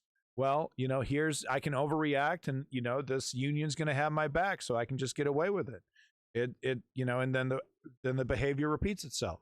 No, they're here to help you. So it's clear that he's in some sort of mental crisis or health crisis here. Terry, and even watching when cops officers is get him handcuffed, he doesn't make a peep. To go from being so combative to not saying a word should have been the first indication. You later see the officers making jokes about, at least one of those officers making a joke about always wanting to be in a bar fight. And it wasn't until they looked down and realized something's not right here that they finally call an ambulance. But it still took several minutes even after that ambulance was called for them to start administering CPR. Listen to what else they said during that body cam video. Did he calm down? Yeah, he might be out. Breathing? He's fucking dead, you jackasses. Did he have a pulse? I didn't feel one. Can you tell medics to step it up? Yeah. It was not responsive. I don't know if I can feel a pulse. So both of those Canton police officers are now on paid administrative leave as the department investigates. And actually, there's a state department that's actually taking over this investigation. Nice little paid and the mayor vacation. says that they plan to be very transparent about what comes out in that investigation. Hallie? We talked about how Tyson's death is coming nearly at the 4-year anniversary of the murder of George Floyd. There were so many promises of police reform back then, including, in some instances, the suggestion for reforming tactics that restrict the way that a suspect can breathe. Talk us through that piece of this, Dana. Yeah, and I think, Hallie, just those haunting words of "I can't breathe," we've heard in several cases where people were killed or well, they died after pleading with officers to help them. And this was the same plea that this man made in this video. And I think with a lot of police departments after the murder of George Floyd, there were talks about, you got rid of the carotid chokehold because of what happened to George Floyd. There was talks about not keeping detainees in that prone position with their faces down. A moment you saw this person with his face in the carpet. Yeah, they're breaking the rules it raises blatantly. the questions of why was standard he not operating flipped procedure. over? Why was The he union's not checked got my on back. immediately after And the being put in union those will have their handcuffs? back this and time, a lot too. of those questions will hopefully be answered in this investigation. Hallie? Oh, yeah, hopefully. Concern. Hopefully is the right word, because it won't. That's what happens time after time after time. They get away with this shit. They get away with it. Right? They get away with it. Unions got their back. All right, final segment of the day. I'm going to be here all week, so I'm going to do another stream. But I thought we'd fill in because we're talking about gun, because I knew I knew it was going to be a conversation about gun violence. So I thought we'd do everyone's favorite segment, the mass shooting update, everyone. No, it doesn't have the same punch without the soundboard. But just to tally it up, we had 158 U.S. mass shootings this year in 2024. Come on, we can crack that 200. Come on. Those are rookie numbers. We can hit that 200. A total of 6,064 mass shootings since 2013. And one whole day since the last mass shooting. Thank you so much, Good Guys with Guns, for giving us a peaceful Saturday. Over there in Daytona, Florida, 0 dead and 4 injured. Suspect, Michelle Maladano, 21. So young. Well, hopefully Mr. Michelle got that gun legally. I'd hate to think that he got it illegally. Over there in Washington, D.C., 0 dead and 6 injured. Suspects Renwell Mantock. In Springsdale, Arizona, or Arkansas, maybe?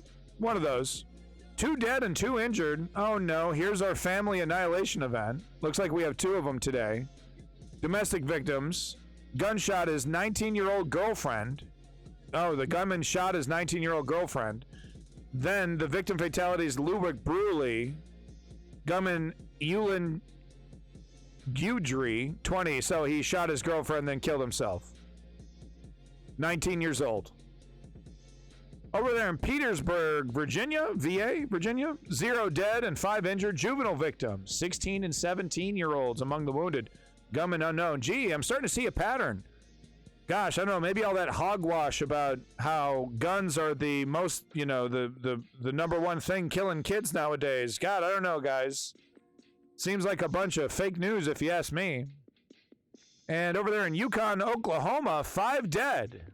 No injuries. Looks like we have a family annihilation event here. Big one. Domestic plus juvenile victims. The gunman fatally shot his wife and 3 children. The victims' fatalities, Lucas Candy, age 12. Ethan Candy, age 14. Dylan Candy, aged 18. And the wife, Lindsay Candy, age 39. The gunman was Jonathan Candy, aged 42, died from a self-inflicted gunshot. We see it happen so many times. This one sounds extra super duper tragic.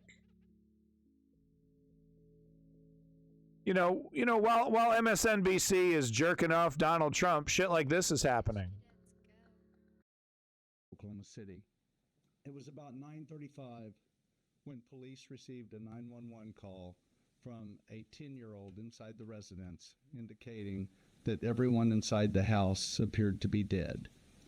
Officers responded to the scene.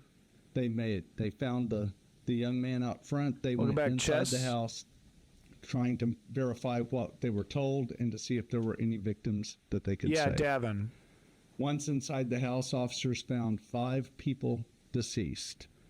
At that point, once they realized that the 5 were beyond saving, they checked to make sure there was nobody else in the home. Nobody else was there. They backed out. At that point, we have to apply for a warrant to go in and process the scene. That went on throughout much of the day yesterday. We talked to neighbors, talked to everyone else that could be involved, family, friends. Whole family is lying there dead for hours. Investigators determined that sometime overnight, the husband and father in the home, Jonathan Candy, became involved in an altercation with his wife, Lindsay. At some point, he armed himself with a gun. He shot her multiple times, killing her. At that point, he systematically went through the home, shooting and killing their children. All of the children belonged to them. There was one child, the one that called 911, that was found unharmed. We don't know why he was left unharmed. I know that's a question everybody has. That's a question we have too. Probably successfully hid from him. Nobody's ever going to know the answer to that.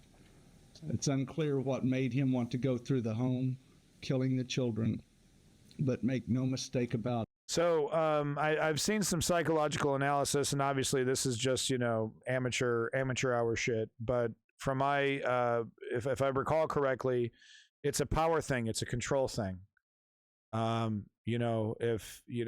It was probably, discussions of divorce, or maybe he was caught cheating, or, things were falling apart. And, the pain of losing all that you have, you control everything. You got the whole family, you got the whole thing, you're it's a big part of your identity. You're a successful guy, whatever. And then it all starts falling apart. It's a control thing. And it's a mental health issue. It's exacerbated by money issues. It's exacerbated by politics and religion in some cases. But really, it comes down to unchecked, undiagnosed mental health issues, often substance abuse issues, of course. But it turns into a control thing. That's why they have to annihilate the whole family. And then they're cowards. That's why they're shooting women and children, because they're cowards, and they don't want to receive any punishment, so they kill themselves. We see it literally every week. We see at least one, usually 2. What happened in that residence was nothing short of a massacre. Those children were hunted down and killed after the woman was killed. The child was placed with relatives, with a relative to take care of him. It was a horrible thing for everybody, the officers who were there, for the people who heard about it, for the investigators and crime scene analysts who had to go inside. And it was certainly most horrible for the young man who woke up and found the carnage in that home.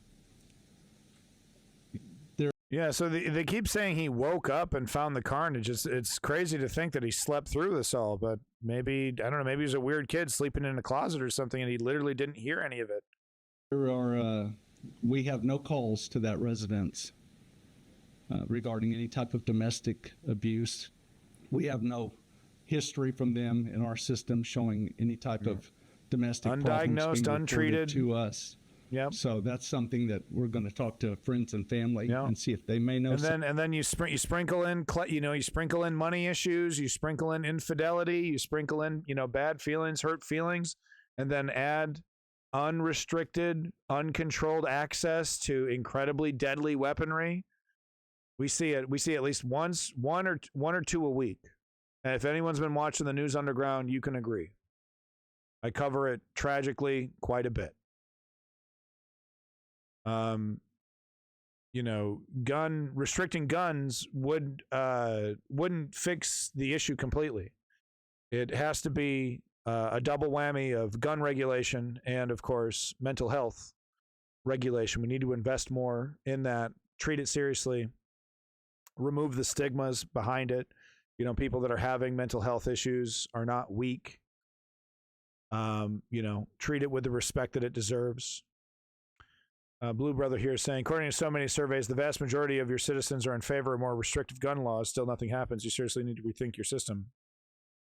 So Blue Brother, one of the core issues that we're having is not actually the system. There's laws on the books. There's regulations on the books. There's systems in place for a lot of this. There's checks and balances.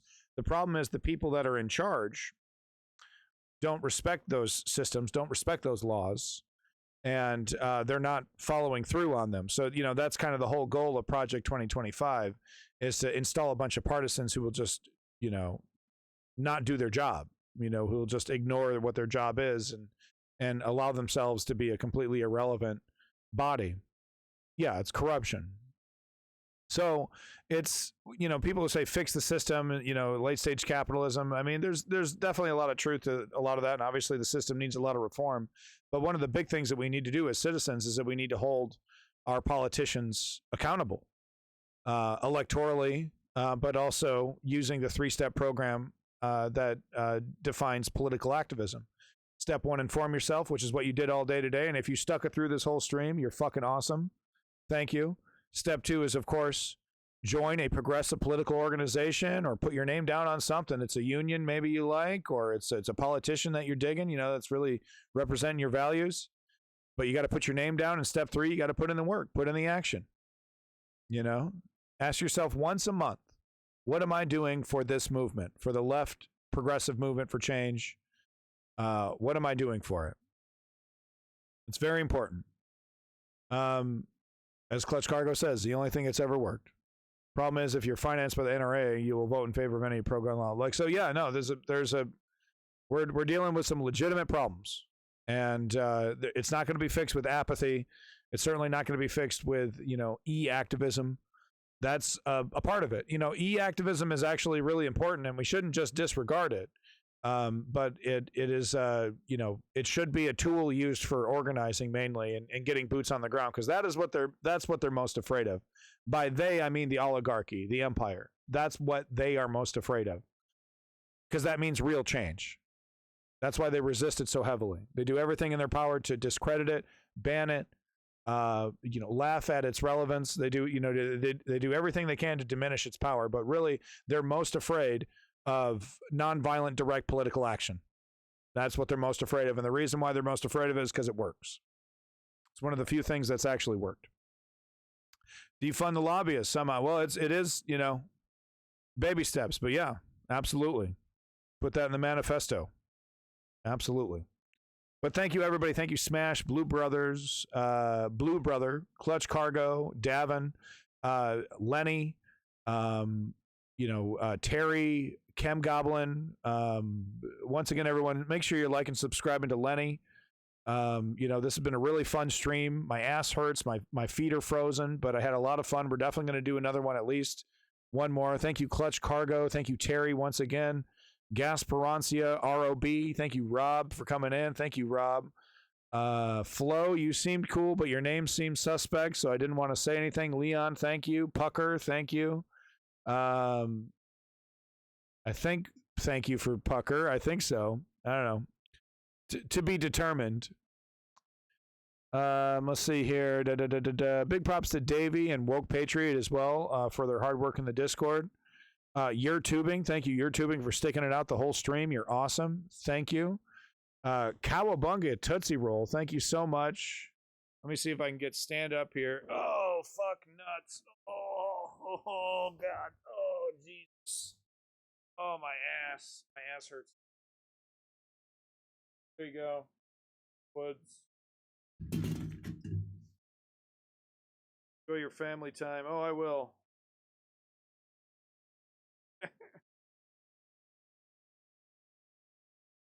It's actually a dangerous cliff. It's actually, as soon as if I were to try to walk into the woods, I'd fall immediately. But no, thank you everybody for coming here. And like I said, we're going to do another stream, probably not tomorrow, but in the next few days for sure. Thank you again for tuning into the News Underground. I greatly appreciate it. I am Abandoned Nihilism. Peace in that motherfucking Middle East, and glory to the Ukrainian democracy. We're going to win it. We're going to win it somehow. Sounds desperate. Shut up. All right, bye.